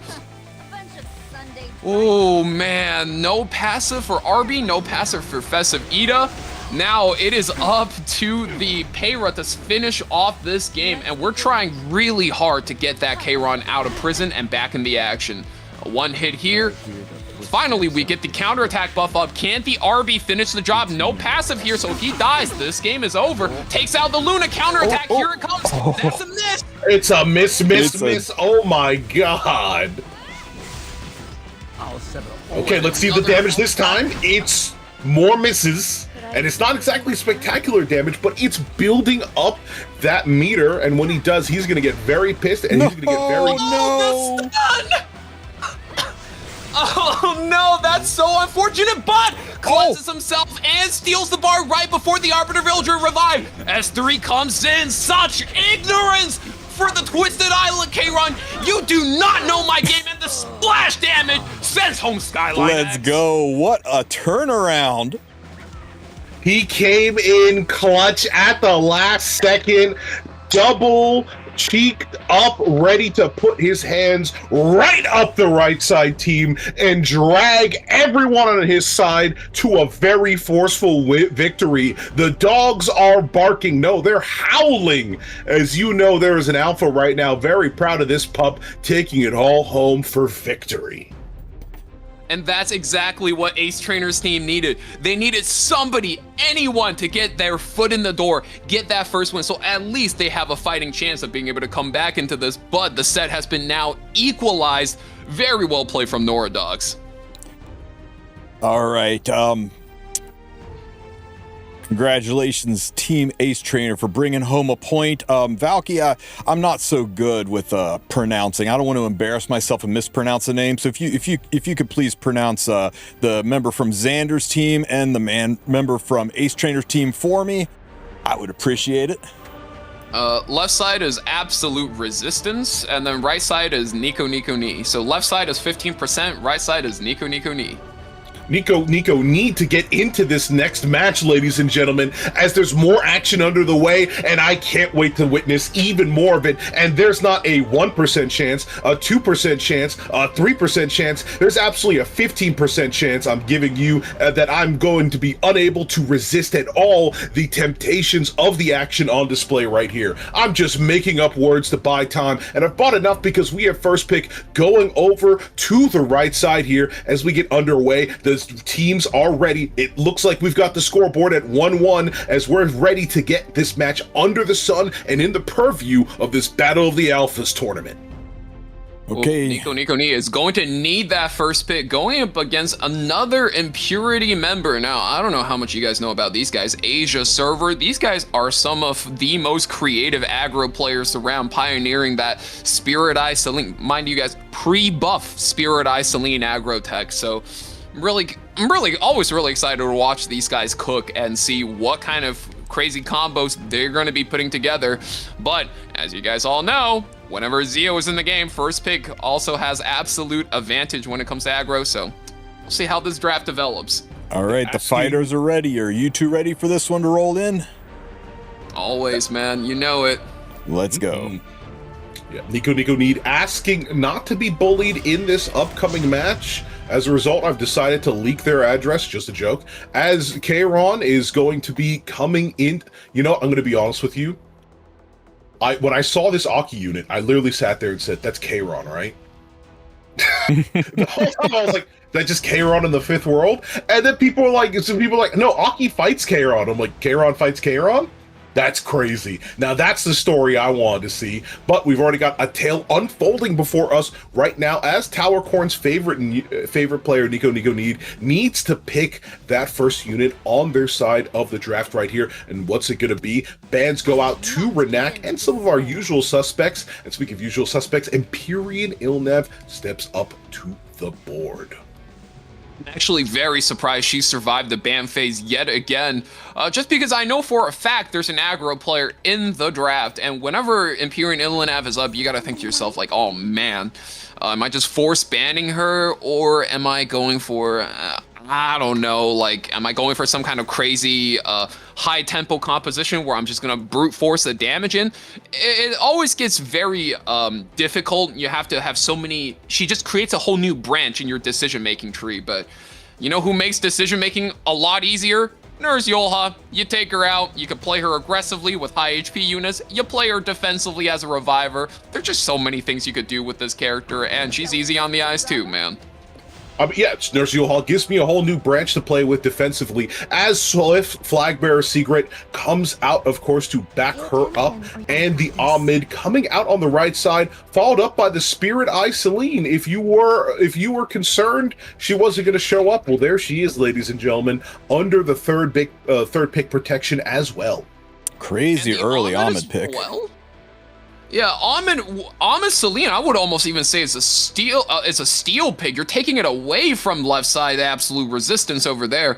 I mean, I would say you could still play aggro out of the spot, but you're gonna need a Zeo because in the game, especially with Re-Knock and the pre-ban, not a lot of characters can reasonably race that Spirit or race that Ahmed and come out on top. So this is going to be a big rotation, locking in the Aki. So.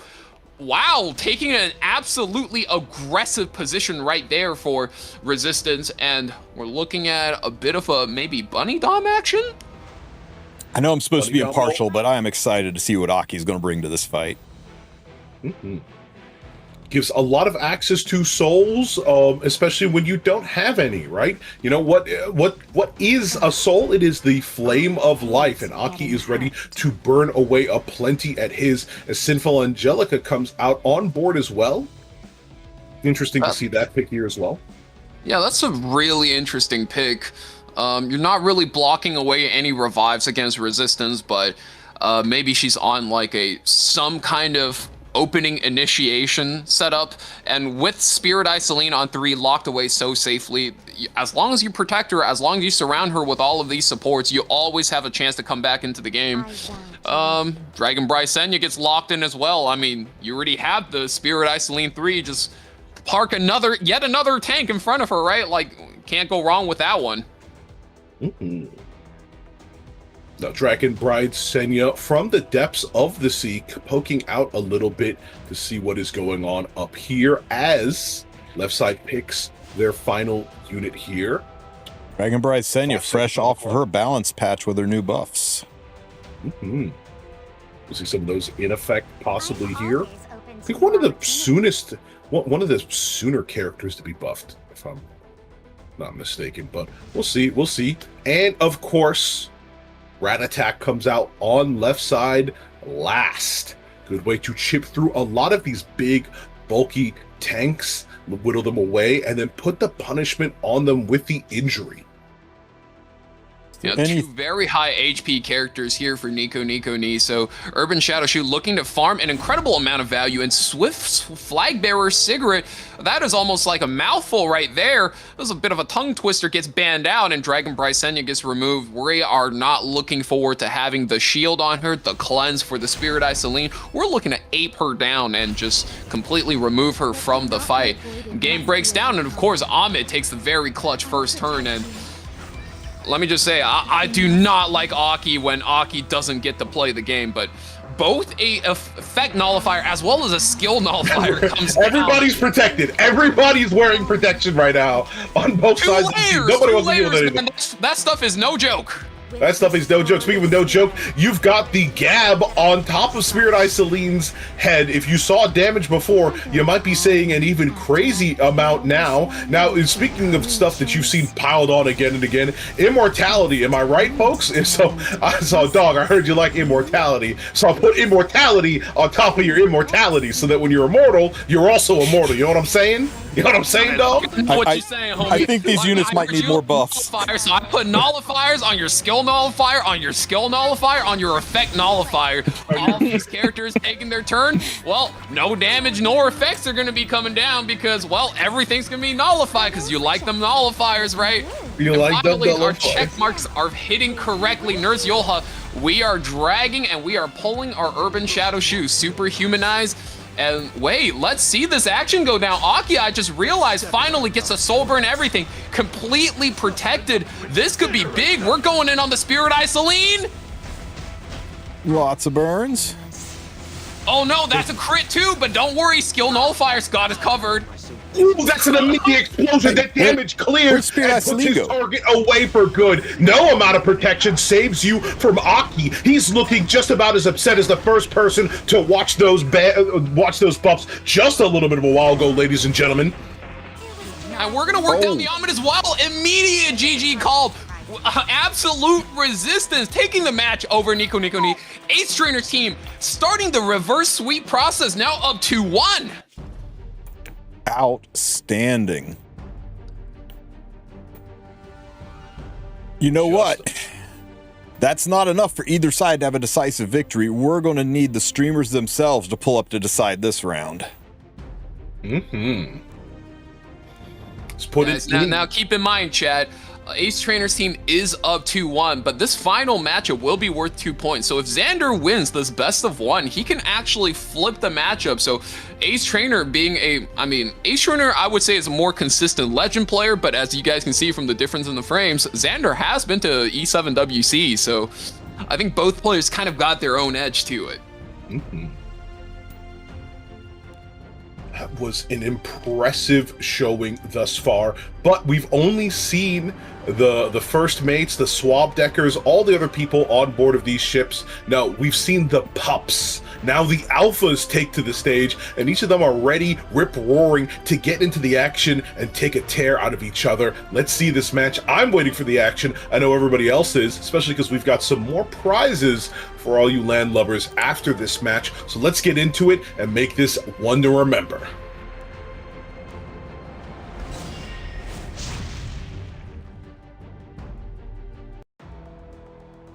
Xander opting for that first pick. We know he's an aggro player, and we know aggro players like first pick, and the moment he gets that locked in, I wonder if he's just going to drop Zeo on Ace Trainer. A lot of the options can go down, but that is really going to be determined by the pre-bans and whether or not both players can find a way around each other. We're looking at an unstoppable force versus an immovable object. Speaking about immovable objects, Nurse Yulha needs to move out of the way. Both players pre-banning that. Don't want to see too much of that action after the last match. And we said it before, we'll say it again. Empyrean Ilnev is the star of today's tournament. With the pre-ban selected out, she's certainly the queen of the ball, but there's another queen on her way. Maid Chloe might have some dusting and cleaning to do of all these ruffians that appear up on Xander's side, and most importantly, she may be able to clean up and put this match in the trash for good. Yeah, Ace Trainer is denied the best tank in the game, but as we've seen, Crimson Armin is not far behind in terms of how much he can mitigate, as well as picking up that Maid Chloe. So Ace Trainer, you know, like, we're kind of taking up a defensive stance, and as you would expect from a heavy tank down player, I mean, I've been playing against this guy since like Season 3, and this guy has never deviated from the slow and steady wins the race. Yep, I've already got a pillow ready for Ace Trainer because it seems like he's going to put one over my head and put me to sleep, ladies and gentlemen. Oh my god, exciting light units on the left side. I might get some more light on the right see what kind of leading ladies come out on the draft here. No. Possibly the Genesis Ross getting selected into the second slot there. Now let's see what he opts to protect. No escaping. The There it is. And we're finally getting spicy. Hecate, one of the new exciting units from last month, but until Warfare set came out exactly 2 days ago, I would say she was kind of having a hard time in RTA and really not cracking the top of the metagame. But now that she has access to Warfare set, being able to rip that ultimate first turn, just getting the damage out immediately, let's see if this is the difference that it takes for her to become a meta mainstay. Katie, being the queen of tartar sauce, is definitely going to throw a kink in Ace Trainer's plans to have made Chloe keep his team alive. But Afternoon Soak Flan's going to bring some additional challenges backed up by that opener Renak. Yeah, and Xander, actually, the more aggressive player, taking the defensive stance, picking up not only the Harsetti, but also the Setsuka as well, just completely being forced into a defensive position. And finally, Flagbearer Sigrid comes out once again for the more aggressive player out of the two. And, Xander actually being put in a, I would say, uncomfortable position for him. I think Ace Trainer actually found a very aggressive draft for what he was doing, but still a very tough matchup whenever you're going against Empyrean Illinev. Well, luckily, it won't be for too long because the match is heating up. It looks like it might be a lot faster than Ace Trainer had even predicted it might be. Those are some fierce ladies on either side, and I can't wait to see the action they bring to the table here as we get underway into the game. Renak does take that first turn, and immediately we're looking to pilfer the Setsuka. Gets the stats, no counterattack. And here I have to point out, looks like he's just all miss. Okay, scary. I was actually gonna say, I wonder if he's gonna take this opportunity to actually kill the Genesis Ross first with the Afternoon Soak Flan, because that way Ross doesn't get the revive. Hextee blocks revive for the entire board here, but no, looks like we're just going to be all-inning the Hecate here. Takes her out. That's a lot of damage. Oh my goodness. That's a mighty scary flam we got there. Now the Empyrean Illinev needs to shore up the defenses on this team, gets the S3 out and prepares to get that wall of Indomitable up for everybody else, but the Renak is already back on the attack as she spies and sees her target and gets some more damage on that Empyrean Illinev, taking a little bit of a break as well to go into stealth as Genesis Ross picks over what might be his next target. Collapse is going to land up onto the Afternoon Soak Flan. Let's see his follow-up. Got her folded. Let's see if this damage is going to be enough to punch through. It's going to have to be in order to make this comeback. Seal makes her vulnerable, and down she goes.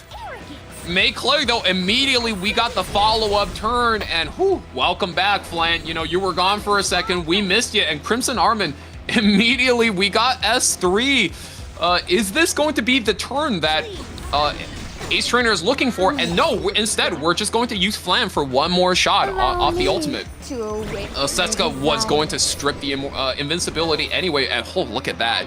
Ignores effect resistance, strips everything. That has to be an uncomfortable turn for Ace Trainer there.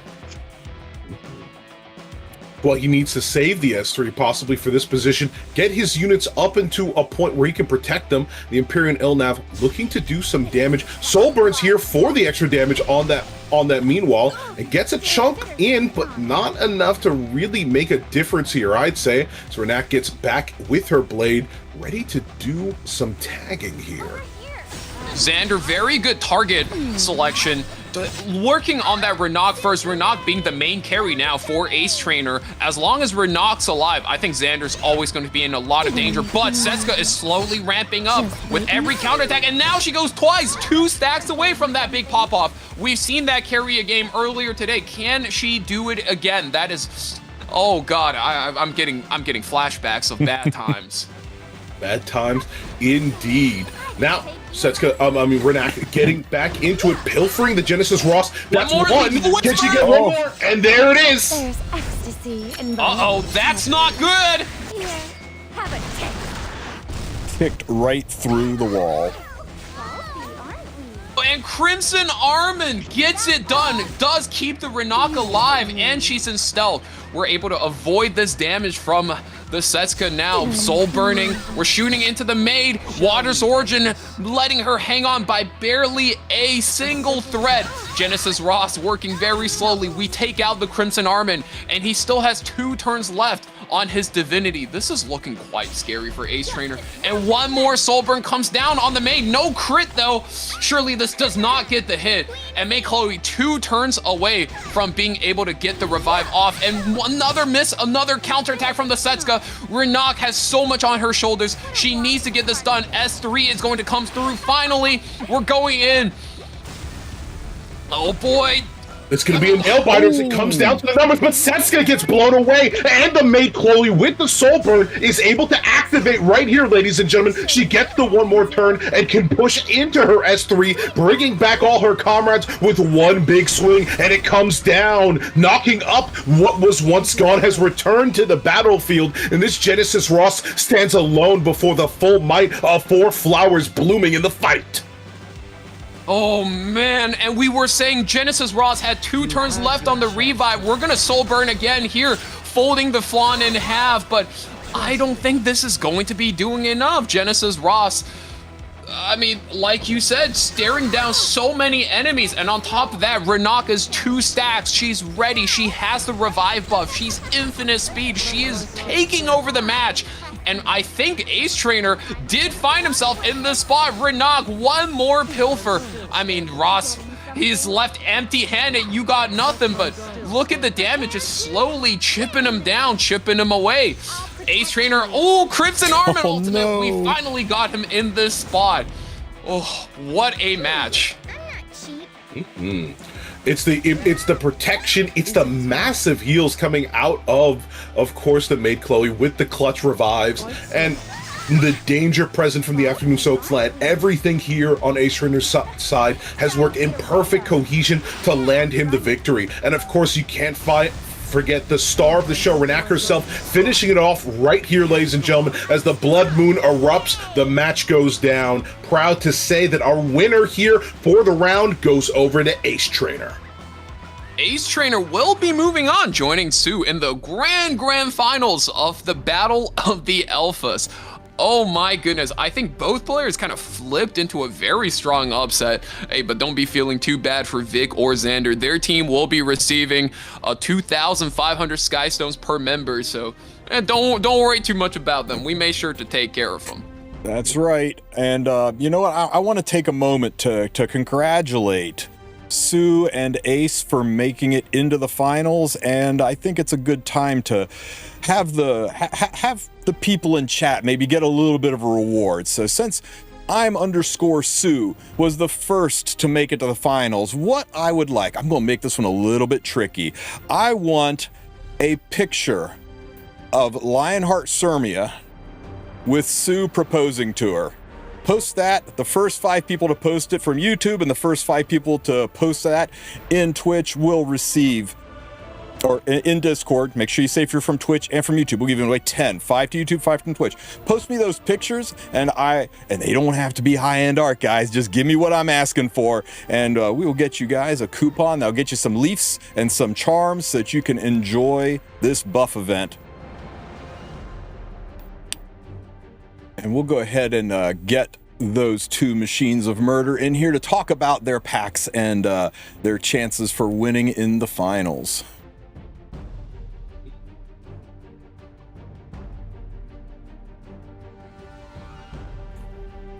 All right, I just will say you're out of pocket for that Serbia request. I think it's perfectly reasonable. Look, first of all, Tristen didn't even ask them to draw Lionheart Sirmia's feet, and second of all, he didn't even ask chat to ping you for it. So I would say Tristen is treating you real well today, okay? Let's be fair here. We all smooth event so far, though, guys. So congratulations on making it to the finals, Sue. You almost had a clean sweep in your fights, and Ace, Xander gave you a bit of a run for your money, but you flipped it on its nose there at the end. Yeah, I don't know about Ace, but like I'm pretty proud of my boys that we made it this far. Like I told you, I think I am the weakest person on my team. And I want to give a congrats also to Ace. Ace and I have done content in the past together. Ace is also like me, like the king of turtles. So it's kind of cool to see two like extremely slow players in the finals. Yeah, I feel like we both draft very like strategically and then try to like think of every decision we could have made if we lose, right? Yeah. That's it. That's exactly it. I wanted to do something that was a little bit unconventional for my show match versus Vic, which is why I did the Holiday Euphine, because I surprisingly think she's pretty good here in the card form. She's not like great, but like she's like usable, right? Less as like an anti-cleave tool, but more as like a carry. So I kind of wanted to showcase that. Unfortunately, Acades is, Vic's #1 fan, so. Whereas for me, when I was fighting Xander, I mean, the adrenaline rush still coming out from that match, like playing Renak, I had to just trust her, right? Like I knew that if I pilfer the Sasuka, it's always gonna be some RNG matchup, but I had to believe in my gear score, and I don't know, it was really intense for me, yeah. Yeah, it really came down to the wire there, but you kept your cool, and that's exactly what we need out of these two dominant alpha males that we've got before us, ladies and gentlemen. People that are calculated, cunning, and able to take a bite out of their enemy. You guys really aim for the jugular, and I'm excited to see how this final showdown between the both of you goes down. Oh, dude, I'm just looking guys, at this. I have to say, so far, okay, who are you guys the most proud of on your team, and who is like the biggest like surprise? Like, yo, he had this game, like he didn't have this like when we were in the mock lobby practicing. Like, shoot. Yeah.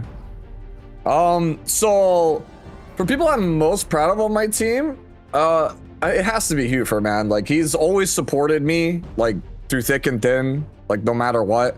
Right, and so for him to show up like for this tournament, like I know he moved a lot of his stuff around. He really spent like 10 hours with me yesterday, really grinding it out, really getting everything exactly where he wanted it. Asked a lot of questions, gave a lot of helpful insight. Like I think he came up huge in that first set.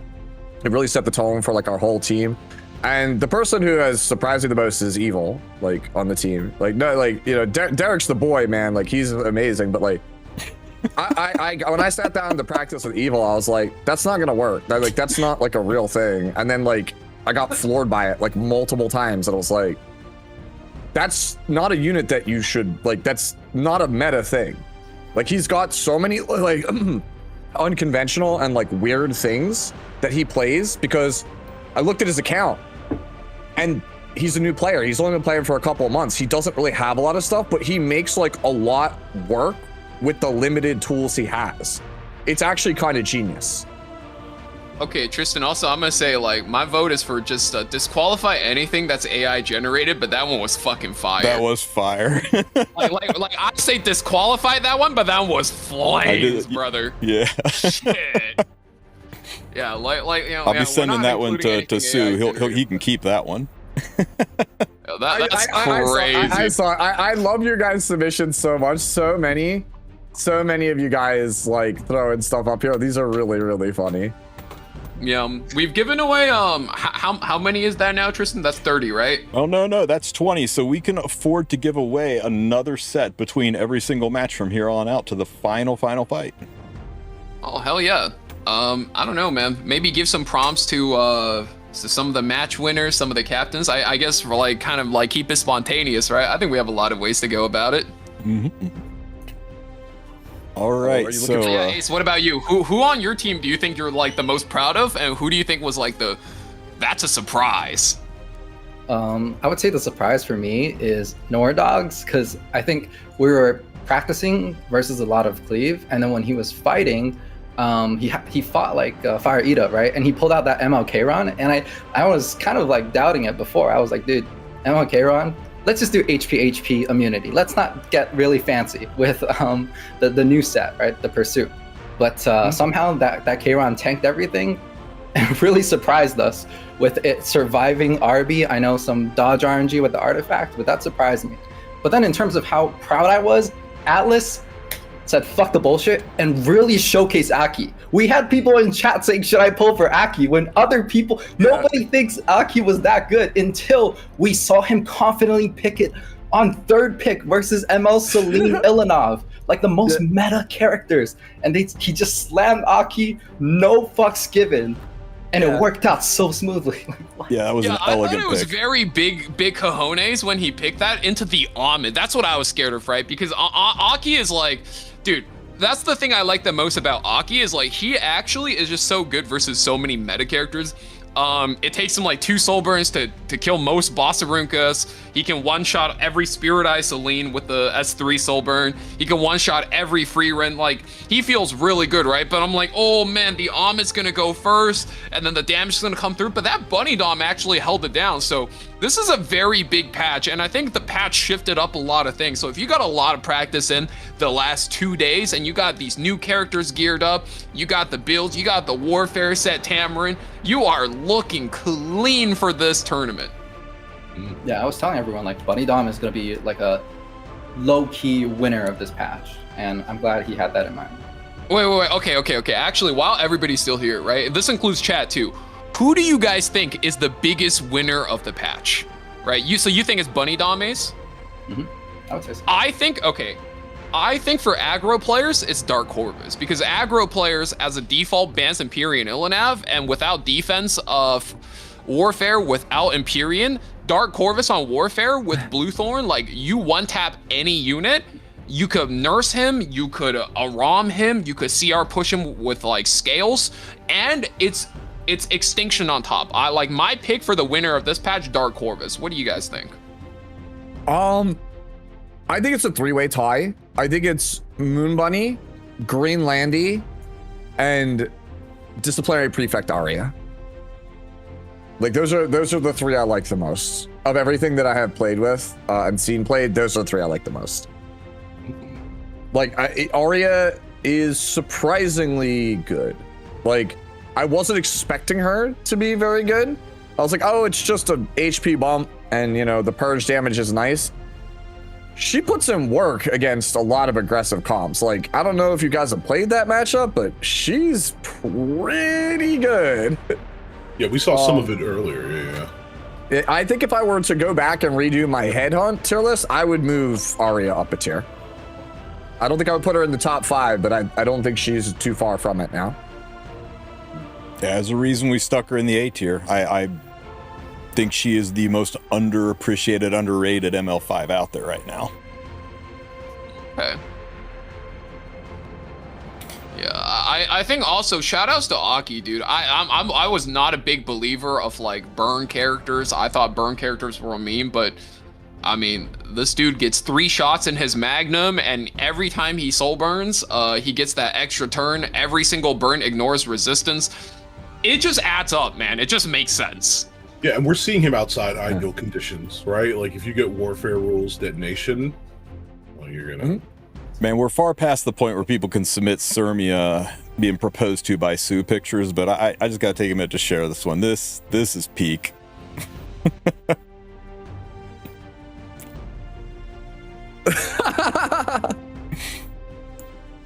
Oh my god, they keep coming.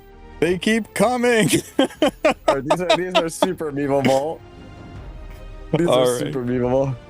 Damn, that's an old picture that somebody used of me, man, because like that's what I saw at the HyperAccess. That was like a year ago.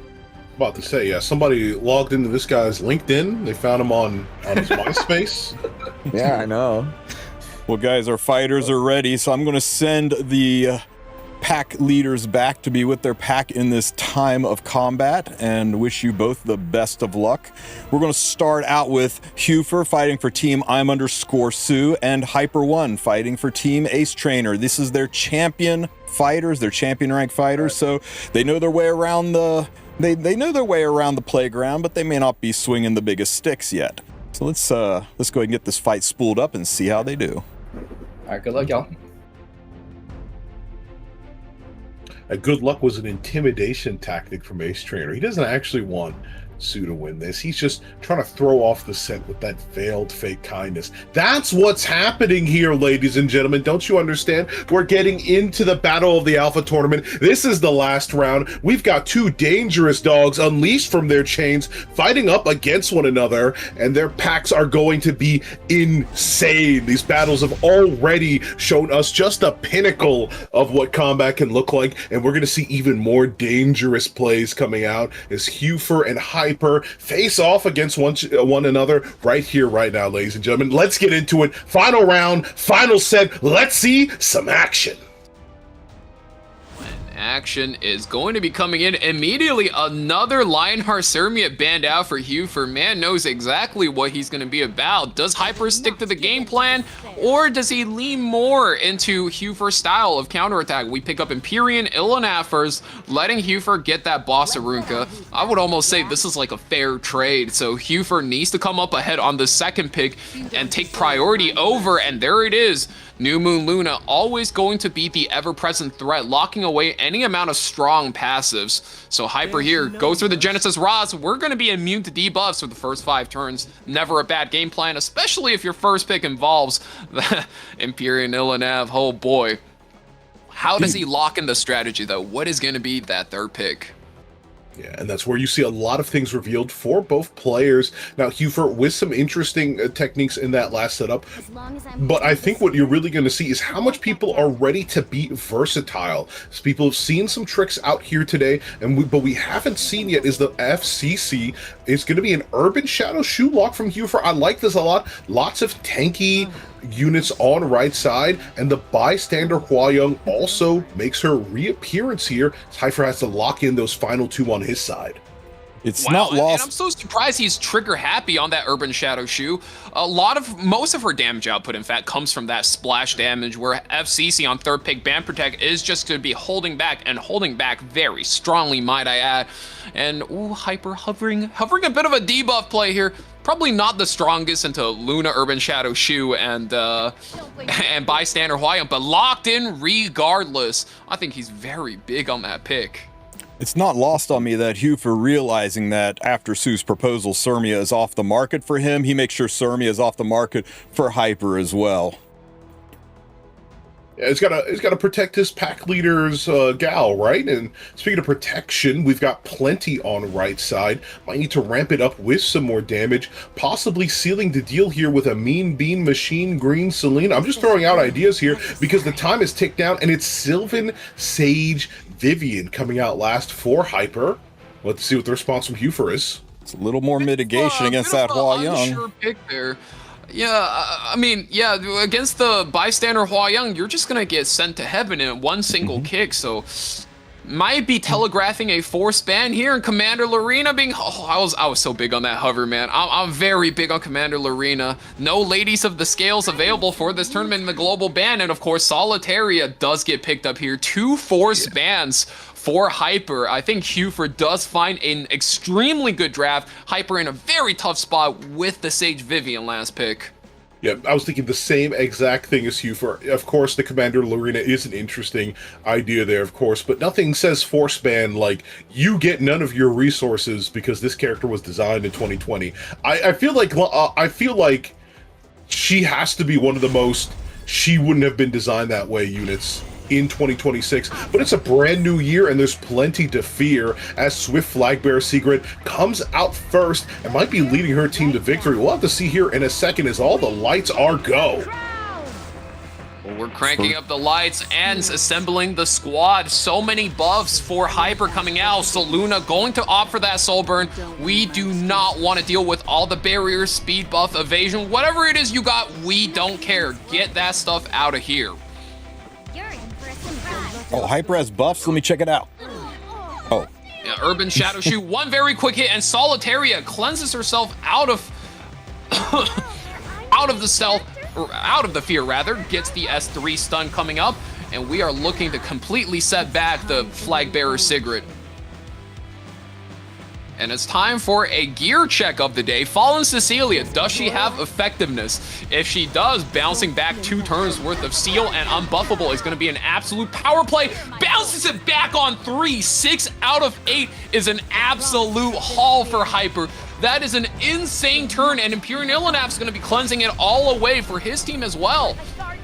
Ooh, what a comeback. And now Genesis Ross is ready to go. That injury did a number on Ross now. 20,000 HP. We are folding the boss Arunca in half, and this is going to be our turn. This is our signal to go. And no, it's not. Just kidding. That was a lie. I was about to say, it's got a little bit baited there, Val, but it's all a part of the disinformation campaign. Always keep them guessing. Never let them know your next move. Now, all those debuffs are gone, but there's still plenty of damage to be dished out, dealt, and done as multiple attacks go into the flag bearer, trying to put her down for good. Can't get the splash as our shoe was sealed, but she's 1 turn away from getting powered up for that massive rat gun. And so the attacks keep on coming and coming, hit after hit. And what did I say? It's finally here, ladies and gentlemen. Put your hands up. It's appearing once more for your viewing pleasure, all the way rolling up the stars of the show as the gun rolls out. Giant rat gun. It was an okay chunk of damage. It was aight. It was aight. It was aight. Yep, it was aight. I give it a 6.5, maybe 7. Well, you know what? We can't all just fold people's HP in half and make the stats you put on that unit pointless. Some of us have to play the game normally by human and mortal rules, ladies and gentlemen. But New Moon Luda specifically doesn't play fair, puts over the defense break as well. I think you're 1 good hit away from saying goodbye to the first unit of this game so far. He's really taking his time thinking about it. I mean, at some point you just gotta be able to commit to your game plan of just dropping it. I think he probably would have wanted it landed 1 turn earlier, but was trying to get maybe the boosted damage on 3 targets instead. Still does a lot. Take out the boss Arunca. I won't ask for forgiveness. New Moon Luna is ready once again with the S3. No soul burn here, so there's a chance that some resists might come up, and they don't. They don't at all. I mean, there's one. There's the buff block on the unit who is about to be dead. Fortunately, no follow-up from the Solitaria, but as I said before, 1 good tap, and that might just be that for her. Soul burn as well. Oh, and the injury, another turn from the Urban Shadow Shoe. That speed buff is putting in so much work. Zap takes out the flag bearer Sigra. I think she got to play a single turn in this game, and she was completely nullified. Urban Shadow Shoe now putting in so much work, and as Ross inches closer towards his second life, he is not enjoying this game, not getting his HP, not getting the ideal targets, not getting the ideal collapse seal. It's all going sideways for Hyper. The game plan was there, but oh man, Ross got sent to the second life real fast. And you got to see it from here, from Huer's side. He's got so much speed. He's got so much of his team taking turn after turn. That Shoe looking like an absolute demon with those buffs on her side. Almost looks like that team was the one that had all the benefits of the Swift Flag Bearer Secret. Am I right? But no, instead, Hyper is sitting back aplenty. These slow tanks are taking the punishment. Yes, they've got plenty of HP, but they don't have infinite HP, and they're going to be losing more of it step by step from the Venom as the giant rat gun gets piled on for a second time. And it zaps 2. Imperial Illidan's gets taken out as well. Hyper suddenly on the back foot. Fallen Cecilia, the lone bastion left. And I don't think that's going to be enough. Defense break lands, and even that will not be able to protect you from the onslaught of Urban Shadow Shoe and the Rat Squad. I really feel like Hyper got pinched with those last 2 bans. This was a match that really got settled up in the draft. The rest was a performance, and I gotta say, Huer, you put up one hell of a show. Yeah, taking the first match for him. So Tsu's team actually up 1 now versus Ace Trainer. And I believe coming into this, you know, Tsu was going, oh, I think I'm easily the weakest player. I'm not even the strongest player on my team. But this team is looking like a group of heavy hitters completely coming out swinging, almost sweeping all of the first series. And oh boy, off to a strong start in the grand finals versus Ace Trainer as well. Very well played from Huer6. GG's coming out too. Holy. All right.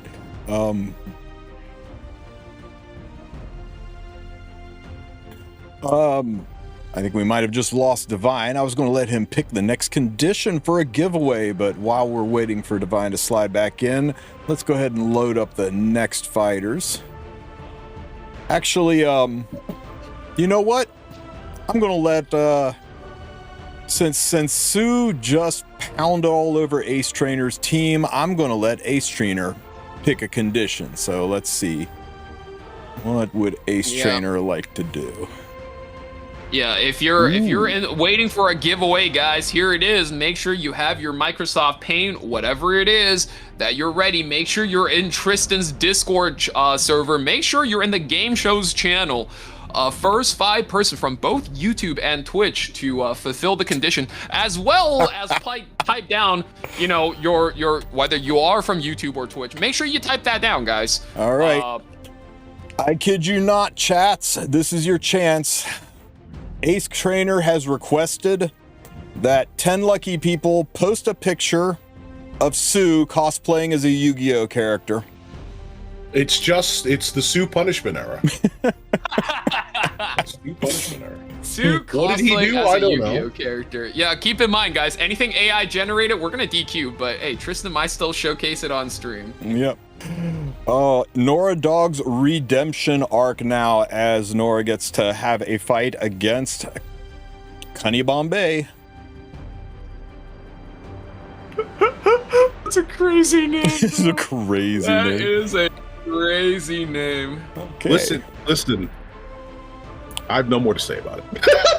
I'm just ignoring it at this point. Yeah. So would you like to review some of these submissions, and maybe we could bring the leaders back in to talk about their newbie fighters?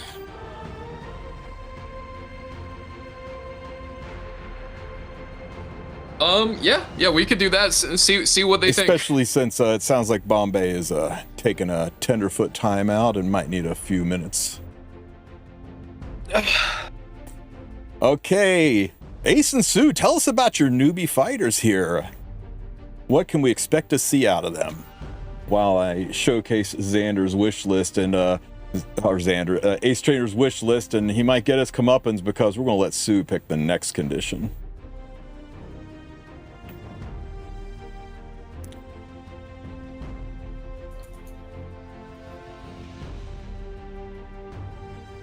Ace, Tsu, are you guys with us? Yes. So. Oh, I didn't mute this. Yeah, I'm sorry. I didn't unmute on Discord. I unmuted my mic. Yes. Oh, what's going on? All right. Yeah, everybody decided to put me with Yuki's hair, which is like it's fine. Like I was hoping like it would be funnier if you like put me in like Dark Magician. Okay, that one's pretty funny. Dark Magician of Chaos is my favorite card. I like Kaiba more than Yuki. Kaiba is cool. I like Kaiba. Kaiba's just like king of memes. Bandit Keith would get my seal of approval. Somebody did Bandit Keith, I would also give you that. I think that's pretty sick. I'm a big Don Zalug guy. I think Don Zalug might have been the pick. I'm not gonna lie. Your lower back must be hurting. Your age is showing. I don't even think modern Yu-Gi-Oh players know what Don Zalug is. Okay? Mother of God. Yo, me with the Egyptian god cards is pretty funny. All right, yeah, DMG. That one's good. I love that one. Okay, that one's pretty good. DMG is pretty good. So tell us a little bit about your newbie fighters, Ace and Tsu. What can we expect to see out of these guys? How confident are you in their skills? I'll be real with you. The whole time I was playing with Evil, training them, they just kept pulling out all of these like ridiculous texts. Where I was like, you can't just cleave me with, this character or that character, right? Like, I don't want to like spoil it if like that's what they're gonna do, but like, let's just say it's not ML5. It's not limited that I've died to. Like, you know, I've died to, like, Leica says. I feel like I've already said too much, but yeah, I've 100% like died to some stuff that I'm like, that's not a real thing. Like, and that's, I think, Ace probably knows this more than anything. Like, the power of being unpredictable is very, very strong. He's like the wild card on the team. Xander, Noradogs kind of stumbled out of the gate. We're gonna see a comeback this time around. Yes, I think we definitely will. Usually he's very intentional with his third pick. He likes playing reactively. Now that I've kind of shown him that, like, okay, maybe he can't aggro all the time. So I guess he's kind of like learning a lot from just us, you know, scrolling through E7GG and doing a lot of mocks. Also got a shout out to Axarian for like kind of training with Noradogs as well. So I think he could pull out a bunch of different weird stuff. So yeah. All right. Well, if you guys are ready, didn't make the team really in shambles right now. You got your Cleaver like private sessions with Axarian? Shit, man. Yeah, I'm not gonna lie. When I was doing a little bit of research for this, a little bird told me Axarian was helping Ace. So I was like, man, where's my dedicated Cleaver to help me? I got a team full of Slowbies. You got a team full of exactly what you needed. You got a team full of all the people that we're gonna get the most out of a one-on-one with you. All right. Yeah. No, I guess I love my team. Well, I'll go ahead and send you guys back to be with your team as we go into this match. The fighters are ready, and if you guys are ready, we can get this started up. Let's go. All right, let's do this. I'll send you back to be with your pack. Good luck to both of you. Let's get it started. Okay, that's right.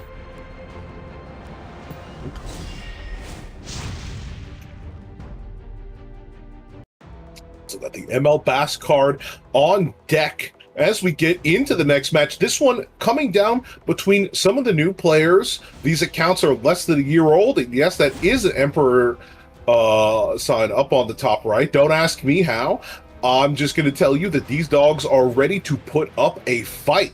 That fight starts off with those pre-bans, of course. No Genesis Ross, no Spirit Isoline, but yes to Hellion Lua, who will be locking down the enemy team. About as locked down as I am in this pirate outfit that barely fits me. Speaking of barely fitting, Boss Arunca fits onto almost any team, and she'll be doing so once again here. And school nurse Yolha will be back. Melissa. I was gonna say, Bombay looks like he's not only that, but stealing away a lot of Noradogs and as well as Impurity strategy. Those guys are very, very, very well known for how much they like their single target nukers, and this is kind of a surprise. Going up against Hellion Lua, though, I mean, there's so many power picks here. You got the Nurse Yolha able to cleanse away the provokes. You can get rid of it. I mean, maybe you can even just shrug it off with the third pick or Rom. There's so many things you can do, but I mean, Festive Ida is always going to be a constant threat, especially if she gets to go fast and splash damage on these low health characters Bombay is sporting for his team. Are we not going to talk about a third pick ban protected most buffed unit in the game? What do you know? Unfortunately, my notes did not cover the appearance of a Melissa. And speaking of appearance, top model Lulika coming out. I believe she might have been banned last time out when she showed up. I don't remember if she was or wasn't, but Arden Waves Hua Young. Val, could you show us that Hua Young for the 8th time? That's right, Blue Hua Young making it to the board right here, right now. You've got so many brats on left side that yes, you're going to need one true adult woman to keep them in line. As Noradogs picks up their 5th solution on right side. Can we go back? Can we go back to a ROM? I mean, you have plenty of options here, but whatever it is, as long as you got like a tank or some kind of. Wow, we're opting for the Crimson Armament instead of Empyrean Illinab. That's a little bit interesting, but either way, Boss Arunca plus any tank is such an annoying combination to deal with. You just don't get any damage through. And once again, top model Luluka banned away, and Bosarinka removed as well, but goddamn. Looks like Noradogs is tanking down with only debuffers and tanks. And Bombay really needs to make this work, especially that Bunny Dominion coming out so early. Seems like it just might not do enough.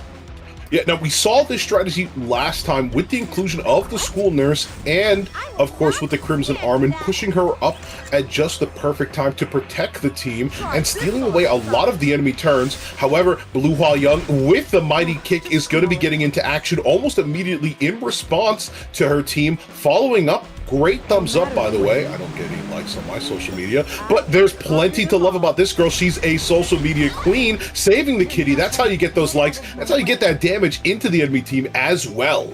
Has a bigger lie ever been told? Then I'll end this quickly. Let's see if this Melissa can actually push us towards ending this fight quickly. Now, Melissa is the second to last character in this combo. She needs to be able to make plays and make it count.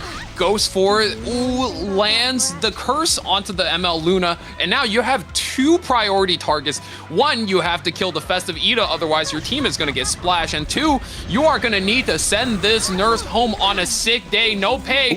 Nope. 1 HP. Crimson Armin really gets it done. Nurse Yoha hangs on, superhumanizes the Festive Ida. Soul Burn available as well. We're going to be able to remove 2 buffs from every character. It might be Bomb Boom for Bombay. We got the Soul Burn, and of course, 2 counterattacks comes through. Finally, we're getting all of that damage. 4 counterattacks. Does it do enough? That's going to be the thing. Extra attack still comes through, though. And the bonus damage on this is going to be what you want to see here, ladies and gentlemen. And pop! Big splash from that super elfinized Festive Ida. All done to the Argent Waves Huayoung. She's got a kick coming out, but she's also got a defense break on top of her head and possibly a provoke. Nope, no provoke there, but it certainly isn't doing her any good to be suffering from that. These misses are going a long way to keep her in the fight, but a couple of bleeds from the nurse here, that might just be enough. With a quick detonate, puts her down for good. We've got a score of 1-1, all up and done. Looks like Ace is still in the fight just yet. Oh, Noradog said, not today. Oh no, not today. What a great showing. And what a great comeback. I'm gonna bring the streamers back in to talk about their Emperor players. And Divine, would you like to come up with something for the people of chat? I got it. You can come up with a way to thank all those gifted subs you just got there. Eternus0, thank you so much for those gifted. I've notifications turned off for the stream, but I really, really appreciate what you did right there. Thank you so much.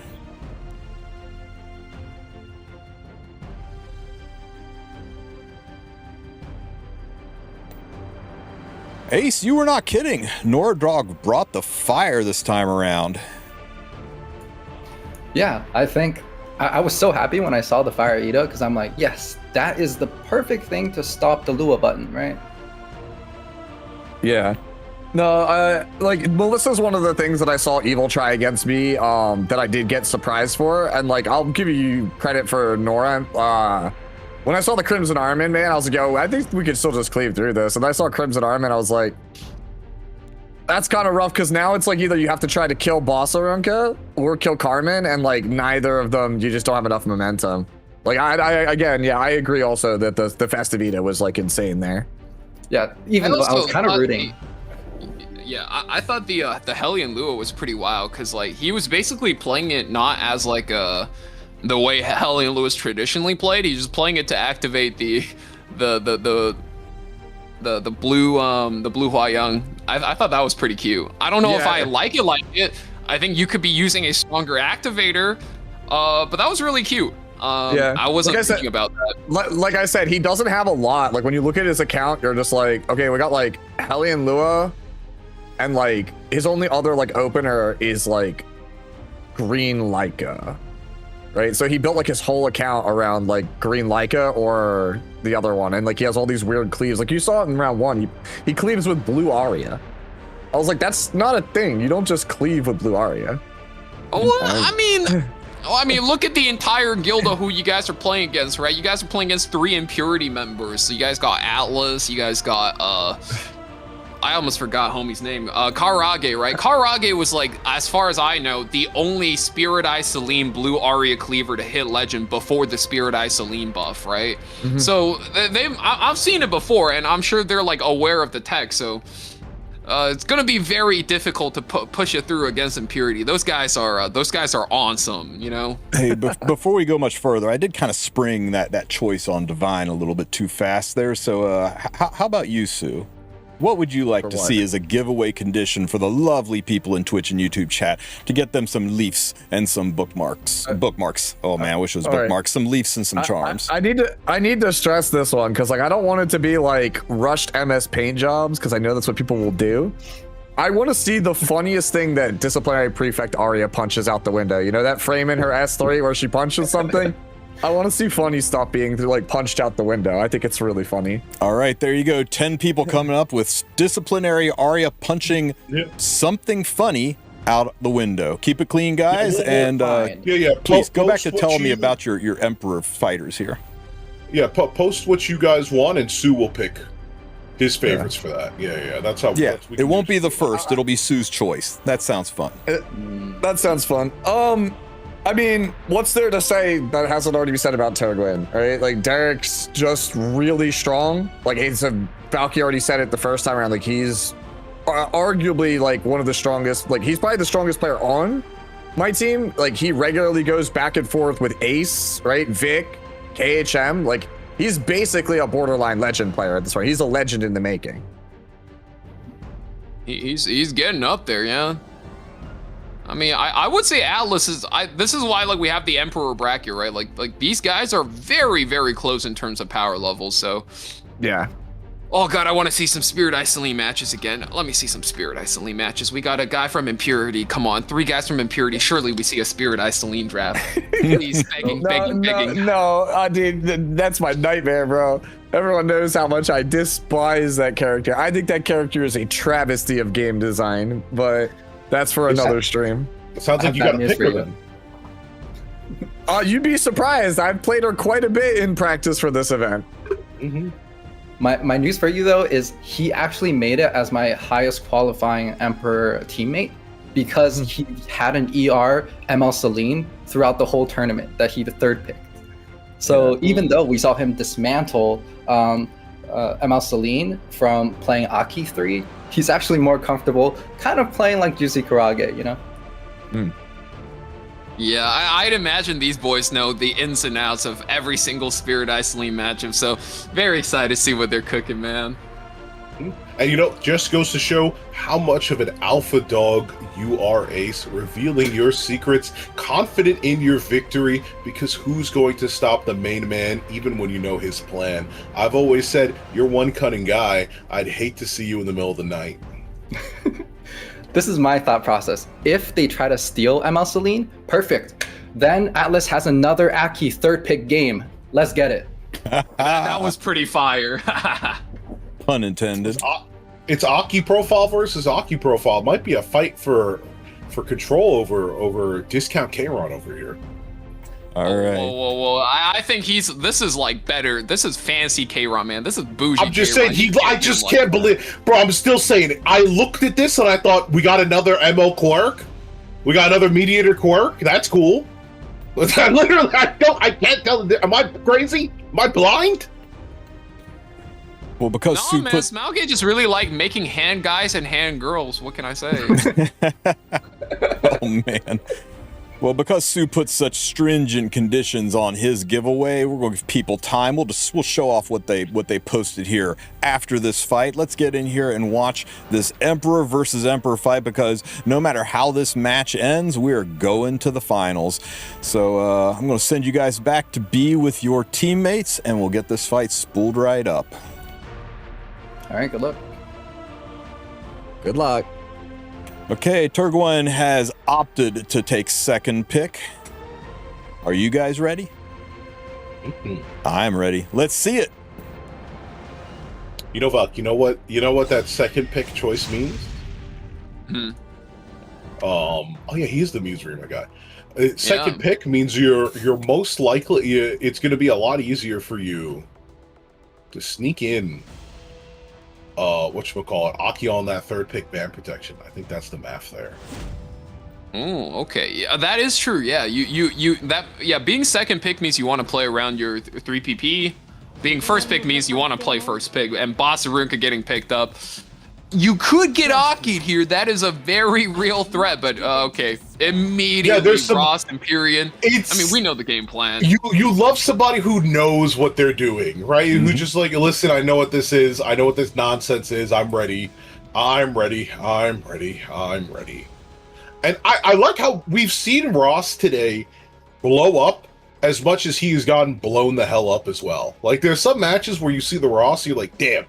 And there's some matches where you see the Ross and you're like, God, somebody send another God to help that guy out because he needs backup right now.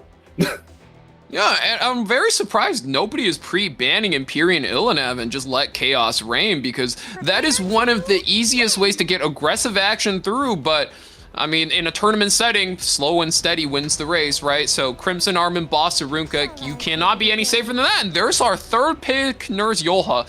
That is something I was not expecting, especially with Briar Witch out the running. Ooh, cannot deny the revive, especially with Bossarunka. Like, oh God. It's going to be a bit of a tough ride for this one. Aki 3 being picked up for Turwin. I called it. I saw the strategy coming out underway. He had a plan, just like how I don't plan to yawn every time I see Crimson Armin picked. I do it involuntarily. But Disciplinary Prefect Arya is here to keep me on tip-top shape on my game. As the last two picks go over to right side, you have to give us a couple seconds to see. Really wants to snag that all-important DPS. It is the Urban Shadow Shoe. He was hovering it earlier. And then finally slotting in, hopefully, something of a must-ban towards Turgan to keep his options open. Otherwise, it might be in a tough spot here in a couple seconds.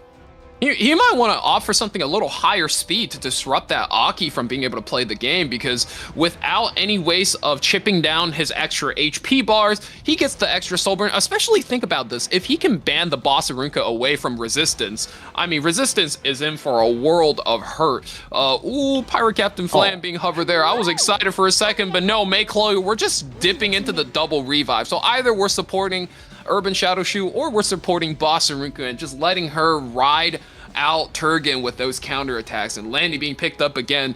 That's a strategy we've seen work very well for Turgan. So yeah, gets taken out, of course, and Urban Shadow Shoe must be removed versus so many high HP characters.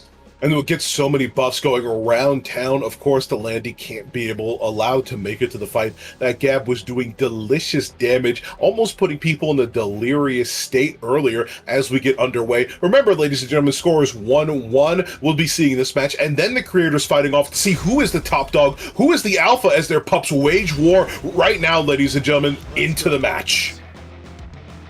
Oh, and as always, Aki does right the first turn of the game. We're getting the first soul burn in. If this is indeed a bruiser, Bossarunka would not be able to survive an Aki very well. First hit comes through, defense break, double burn, takes half of the Bossarunka's bar. And once again, we're going one more time. Oh, and Bossarunka actually survives 2 hits now. That's actually quite impressive. I think most Bossarunka just, if not die by the first, die by the second. Now Aki, we're out of gas. His soul is dried up. And Bastion of Hope, wow. So not being able to naturally land that burn. Now, the only problem is, on the right side, I see not one, but 2 revivers on deck with, of course, the ever-exciting unit of Crimson Armin ready to protect as soon as he can get his Bossarunka back into the stage there. 43,000 health, Bossarunka.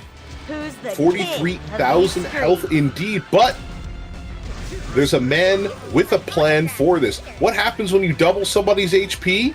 That's right, you can always fold them back into order. And May Chloe's going to put up all that entire round of revives, and while I do think the Emma Arya did so much work for Turgon in his earlier match against the boss Ruka, you can't crack the shield. You can't even crack the shield, man. Oh, pack it up. That boss Ruka is getting stuck in traffic. This is my mission. Genesis Ross looking at this villainous scum, trying to put her down and give his team a fighting chance. And oh man, Crimson Armin, I know her passive mitigates 25% of all incoming damage, but wow, eats a full power Ross S3 and only goes to half health. I think Resistance is feeling himself, he's feeling comfortable, he's feeling pretty, and he is ready to just ride it out because Turgon looks like he's gassing out way too soon in this matchup. But still, there's not too much momentum coming out of right side here. Might be able to make it with another burst coming out in a couple turns. And of course, we've seen the Prefect Arya do some good damage. Now, she's not going to be able to do any of that damage through this invincibility as well, but I have to question the timing on it sincerely, since a lot of his units will be going in between right here.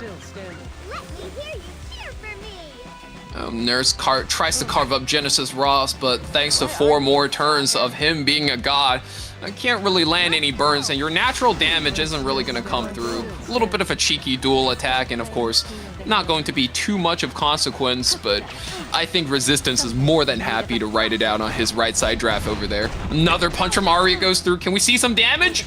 2,000 damage! Let's go, baby! That's more than nothing. 10 rounds into this match, we have both players at 90% health. This is flying by. Yeah, one of them lost an entire character, and you can barely recognize it on terms of the HP bar. That should be illegal. I just want to say, I call for the Ruel global ban, so chat, you're welcome. There's no mercy. Don't be like that, Valk. We called for the global Ruel ban, okay? We called for the... Yeah, you know what? I'm sorry to your sleep schedule, Divine, you know. Maybe if we left Ruel in, you could have caught up on more sleep. I know you're a busy man. I know your work schedule has to be killing you, but oh man, for me personally, I'm glad. The most I have to see is Nurse Maid or Maid Spirit Eye, man. No Ruel here, thank the Lord. I can't possibly imagine. I had a couple of the contestants reach out to me and say, hey, with a Ruel ban, that's just going to help the other guy win. That really hurts me. I was like, no. You know who Ruel ban helps win? Everybody. Look, especially man, the chat. We're out here watching characters beat each other up. We're not out here. Hold on. I think that's the first time I've actually ever seen that in Epic 7. Did you catch that? What happened? The boss Arunka just healed 1 HP. Like literally 1 HP. She just healed 1 HP. Just 1 solitary HP, because that's the damage she took underneath that barrier. That's the first time I've seen 1 in this game, other than like the Molagora boss fight. It starts with one thing. I don't know why. It doesn't even matter how hard I try. No matter how much I punch this boss, Ruka just doesn't take fucking damage, man. I'ma leave you biting Oh man, yeah, look at that. And once again, Clank, not only is she getting combat readiness from being hit double the speed, I mean, she's at least 200 speed zipping about, and at some point, your Ross is gonna run out of invincibility, and Boss Aruka is gonna start running it on him. And here we go, another Maid S3. Dude, Resistance is holding it down. Remember, guys, we don't get called to cast when the matches are good. We get called to cast when the matches are bad. And as the Blood Moon pops up, that's our signal to talk about some other stuff. Valk, tax season is just right around the corner. I want to get your thoughts on how I can properly optimize my... Okay, joke's over. We need to focus up on the thrilling action right in front of us right now. As dual attacks happen, there's no bleeds applied because... Well, I mean, it's Ross, bro. It's Ross. It's Arya. Like we're in it. We're in the blender. We're in here for the long haul. And like Divine said, how you can tell if casters are good or bad is not by when an exciting games happen. I mean, an exciting game is going to be fun to watch on its own, but the good casters really show off their abilities when the match is shit. And same thing happens, you know, when you're building accounts in Epic 7. Anybody can build a super turbo giga whale account, but it's really just up to the greats of all time to be able to scrape the gears together and cobble together a barely functioning account on no gear. And just like that, a functioning on no gear is what it looks like whenever an Arya punches that boss Arunka. I mean, the Blood Moon is already almost at full force, 5 frenzies into the game, and the Arya is barely, I think, like, what, a third injured? Jeez. The struggle keeps going on as I struggle to keep my eyes open. Another blast of damage coming on down, and the first bleed stack applied to this Ross as Turgon is hosting and hoisted up by so many souls, it's not even funny. He's definitely got a lot of damage underway. The defense break follows up as the Crimson Army gets into gear. A provoke on top as well. What a devilish duo of debuffs up top his head. Make that a triple.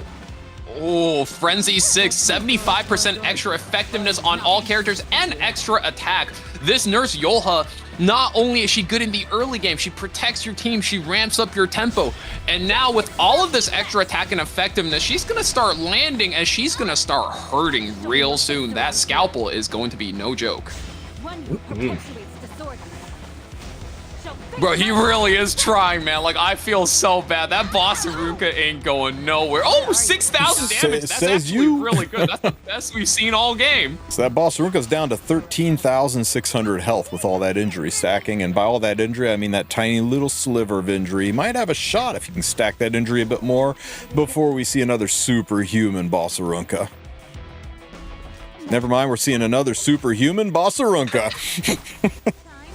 Oh man! I'm telling you guys, this was the ML Kairon game. This was the Eidolon Kairon game. 500 turns? Are you kidding me? This was the Kairon game. I mean, I think you could have played a lot of things here, but you know, props to Resistance for kind of identifying that this is going to be a long, drawn-out match, and when the matches are long, Sustain tends to win quite a bit with Nurse Yolha as well as May Chloe. Every time they take a turn, there's just so much healing in coming through. Turgon, despite having very high tempo, very good damage for his characters, it just seems like it's not enough. Another 6,000 damage. I mean, just look at that. Every single point of damage being put into that ML Arya stays there. Ace Trainer, just wanting everyone to know, this was not what happened in Mox. He did not sign off on this. He said his crew members have gone rogue. This is actually, on the high seas, this is considered a form of torture. You actually get kicked out of the Pirates Guild for this. This is mutiny. You get drawn and quartered on the seas for doing this, okay? I'll tell you what. You get Haul for doing this on my ship, I'll tell you what. The battle has been paused. We need to slow down. The action was going a little bit too fast. Sorry about that, ladies and gentlemen. We just need a second to catch our breaths. Yeah, Turgon says, this is a little bit much for me. Game lasted too long, I crashed. No, that's too disturbing. Say it ain't so, brother. Oh, no. Well, we could, like, redo the bands and play it to this point again so that we could continue this fight. Let him reconnect. I think they should be able to reconnect. Yeah, he'll be able to. I was just playing. Atlas in chat is saying he banned my Celine match. He says, I wasn't trying to do this, but when you ban my Celine, you forced me to pull out La Creatura. Oh, man. Yeah, because that's what this match needed to heat it up. Some invincibility.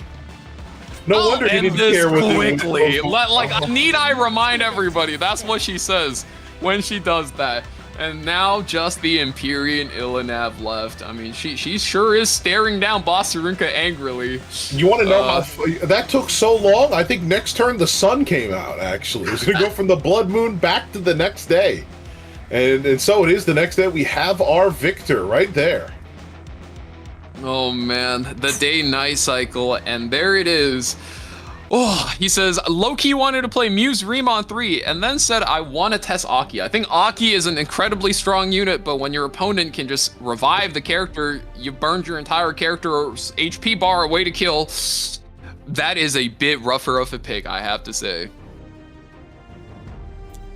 All right, guys, you know what that means. 2 points is not enough to take the finals, so we're going to have these guys come in here and throw hands and throw insults. I'm going to pull them into the room with us just so that they can tell us about why they are worthy of taking home the title of Alpha and 10,000 Skystones for every member on their team, or slinking away as the losers with a pitiful 5,000 Skystones apiece. So welcome back to the chat, Ace Trainer, and I'm _Sue.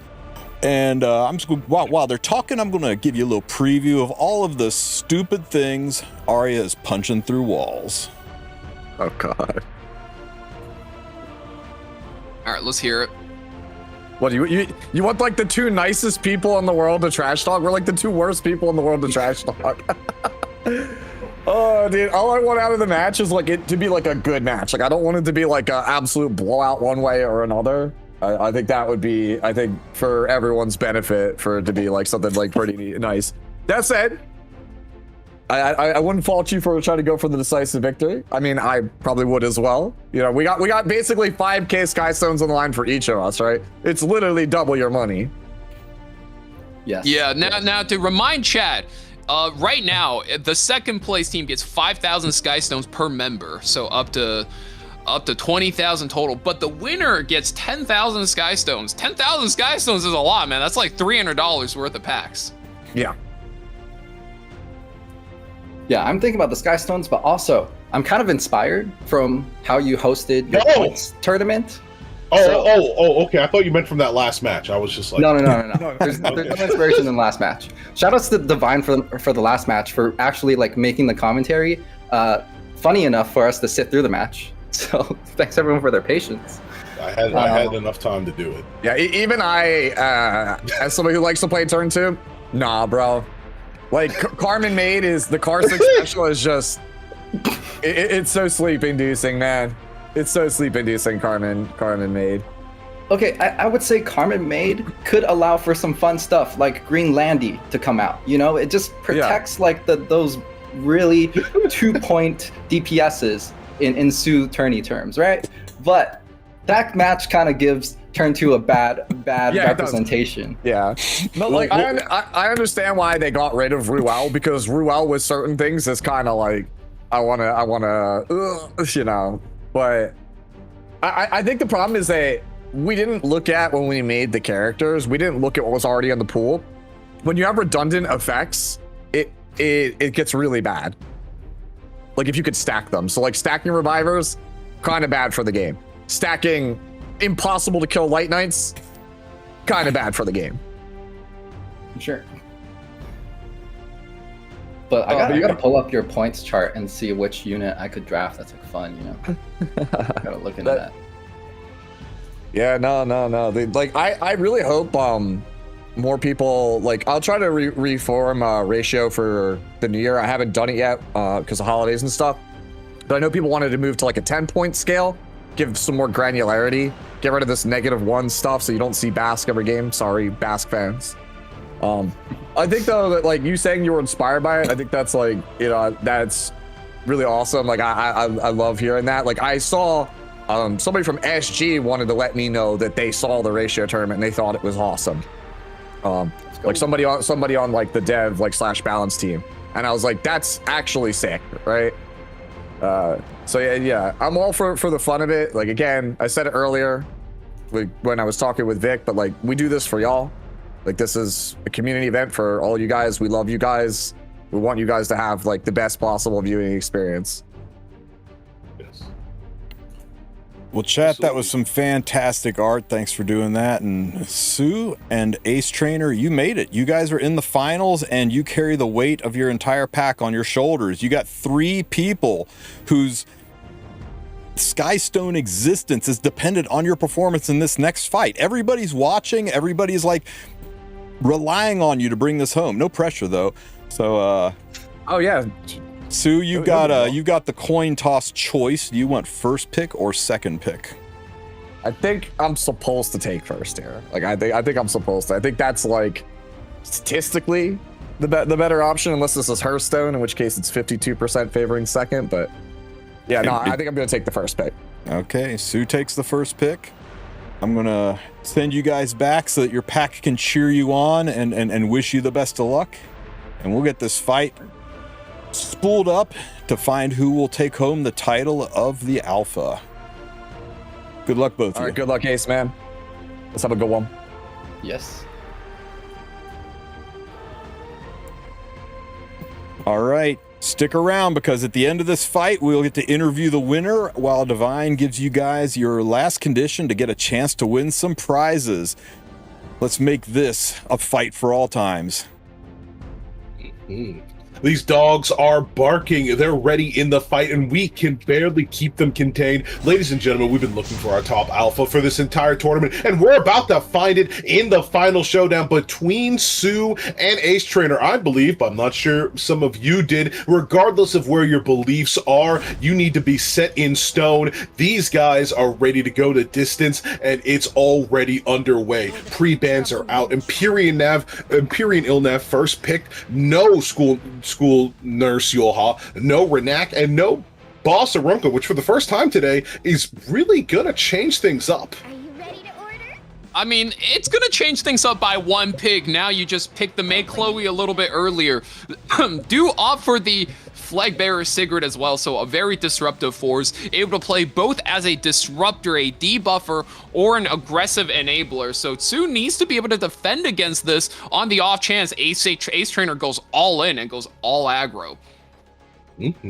Now, the match is tilting a little bit here with those first picks, but it's going to tilt a lot more as we see what is the first unit under that ban pick protection. New Moon Luna with her full moons out, ready to debilitate with those debuffs, and of course, it would be the guiding light for Sue, the Lionheart Sermia picking up on his profile pick, as well as perhaps possibly also the first pick of Apocalypse Ravi. That last match was a snore, but this one's just about to wake up from his slumber, or I should say his hibernation. No, Mouse is over to the Urban Shadow Shoe. Plenty of options here on the board still, but the most important one, I would say, this is really going to be a tone setter for the rest of the match right here, whatever Ace decides.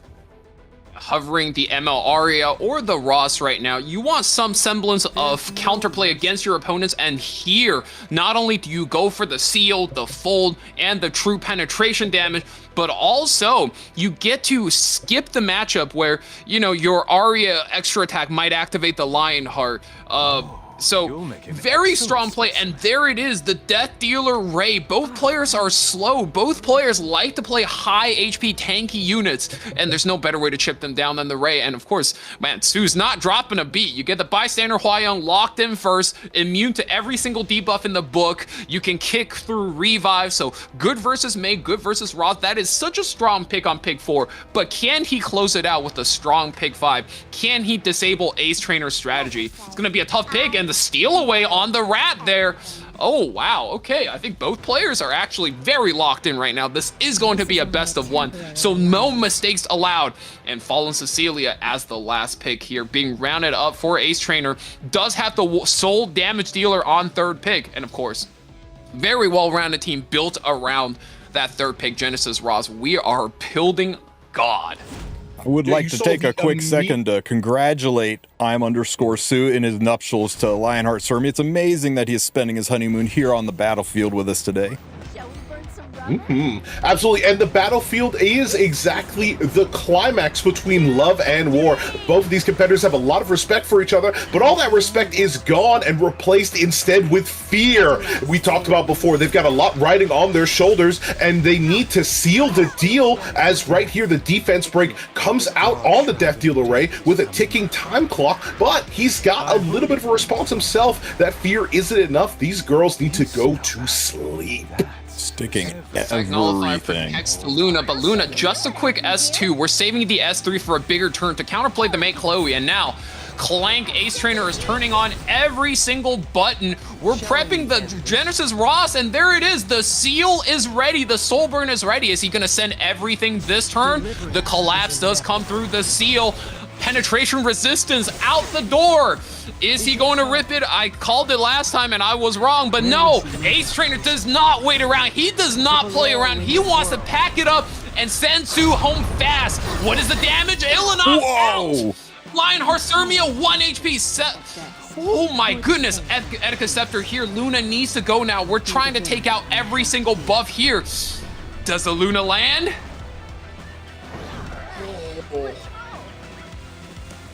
The Luna lands the debuff, but 2 of these characters still retain all the buffs. I think Ace Trainer is in a great spot. The target goes up, and incoming with the maid, Chloe. Definitely not who we wanted, but of course the response comes up with a follow-up from Ross. Just as quick as she was activated, just as quick as she was ready, she was put down in the ground almost immediately. It was a clean swipe, another hit, another detonate at that. The toxic miasma sprawls through the left side as Sue's units are taken out one by one. The fear is here, ladies and gentlemen, even getting pushed back a little bit on the chart as Ross does one simple clean swipe of the sword, leaving the Urban Shadow Shoe at what, 130 HP? I don't think that's enough to mount a comeback. And indeed, it's an immediate quick GG. As fast as it was last time, it ends just as quick. Both those last 2 matches, amazing, entertaining, above all else, definitive, giving you a winner here in Ace Trainer. What a fantastic fight. Let's bring him back in here. Ace Trainer, congratulations! You took your pack all the way to the end. What an amazing set of fights. What do you got to say for yourself? Well, I want to say I was going to play more than just Genesis Ross. I wanted to pull out maybe like a Lethe or something. That's what Sigret was for, to set up for more S1 combos with some cool DPSs. But then I thought I had a moment where I was like sweaty man with the 2 buttons meme, and I was thinking about the Sky Stones for my teammates, and also thinking about Sue's 2-point DPS list. And I was like, oh, which one should I go? Which one would Sigret enable? But I just feel like him picking Luna was so strong that I had no choice but to pick Roz. So yeah, just a good game. Yeah. Divine? To add to the questions, I'm sure chat would be curious as well. If you, now that you're done with the tournament, you mind showing the stat line on that Swift Flag Bearer Cigarette? Because that's one of those characters, when she first came out, some people were like, oh, I don't know, she's not very fast. Not gonna have an easy time racing all of these speed demons. Yeah. So what is your stat line, and then what is your draft's philosophy when playing around her, being one of the few actually really good showings for her today? Yeah, Ace, would you, if you don't mind, you could jump into channel 17 and show off those units. We can pull up on the screen while you talk about them. And Divine, you could, why don't we also entertain chat? You got a little mission for chat to do to maybe win a little something with our last giveaway of the day, get some leafs and some charms?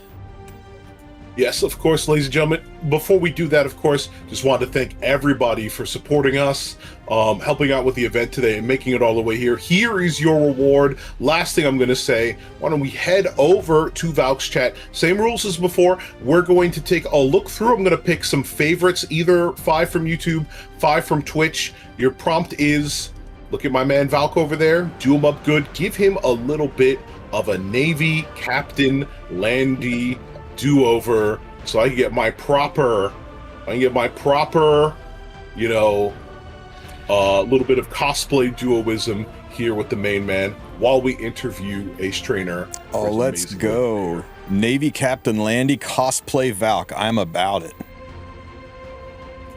I can't believe y'all done me like this. I can't believe y'all done me like this. All right, I've made some good faces for chat, so there you go. You work with it.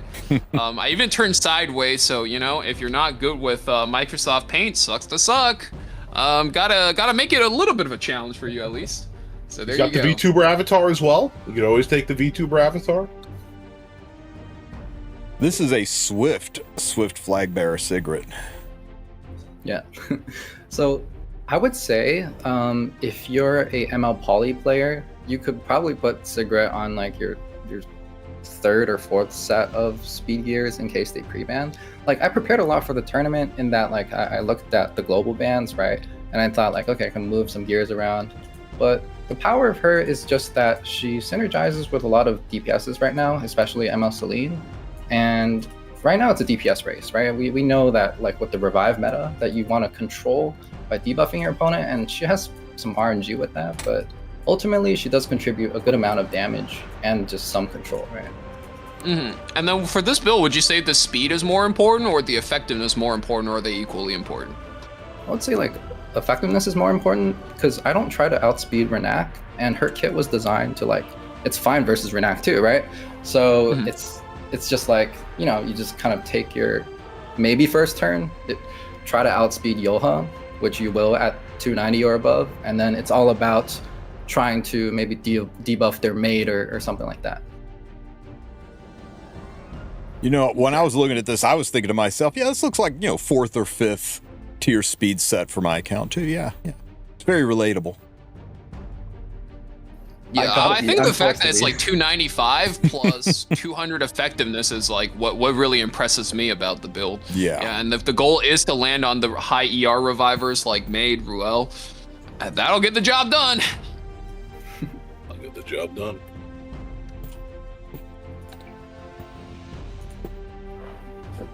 But I would say like I'm super glad my teammates were all able to pull up.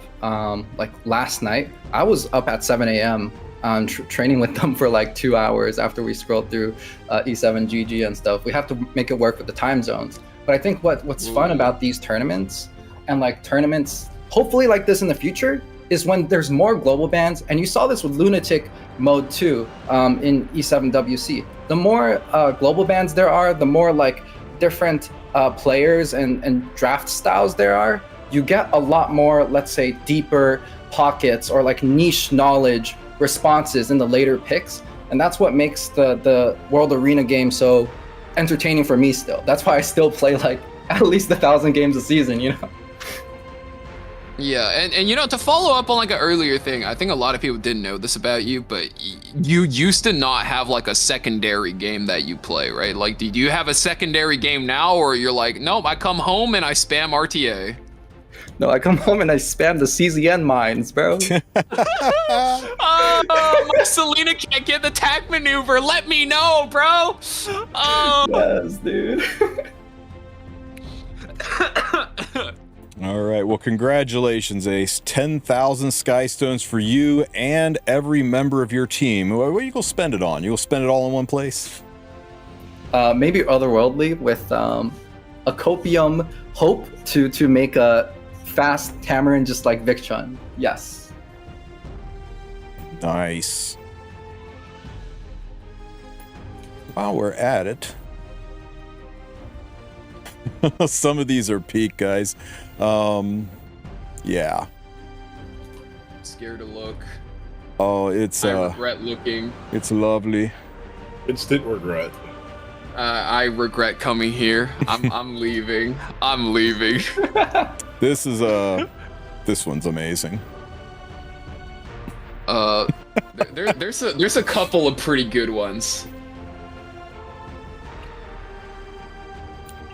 Oh my.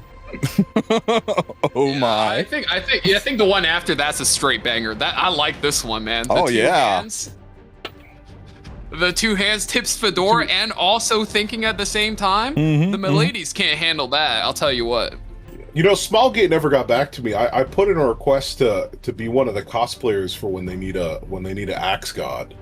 They never responded.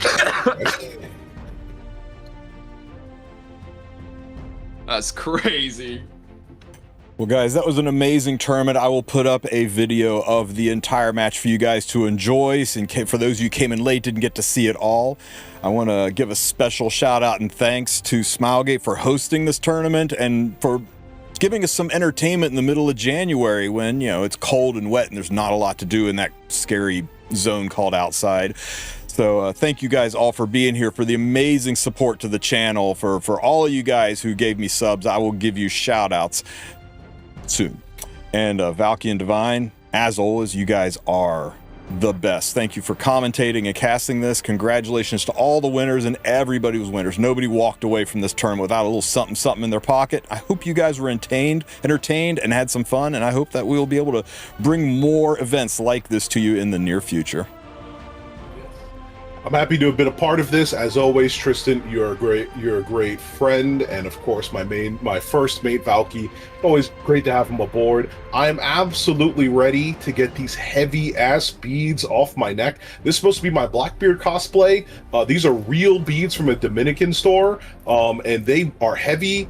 This hat barely fits, and this jacket does not actually work. So I'm ready to relax, and as always, get the hell back to sleep. But thank you for having me on board for now. Yeah, and thank you boys for having me. It's always a pleasure. It's always fun. And hey, as for Chad, hey, don't pick Ruel. Don't let the Setskas get you. And always remember, ban last. Take care, everybody. Thank you, Mr. Valky, and thank you, Mr. Divine. And also a special thank you to Huer. Thank you much for the Prime sub 11 minutes ago. I see you. Curse Kratos, thank you for resubbing for 5 months. I appreciate it, buddy. Eterna Zero giving out 20 gift subs to the community. What a Chad.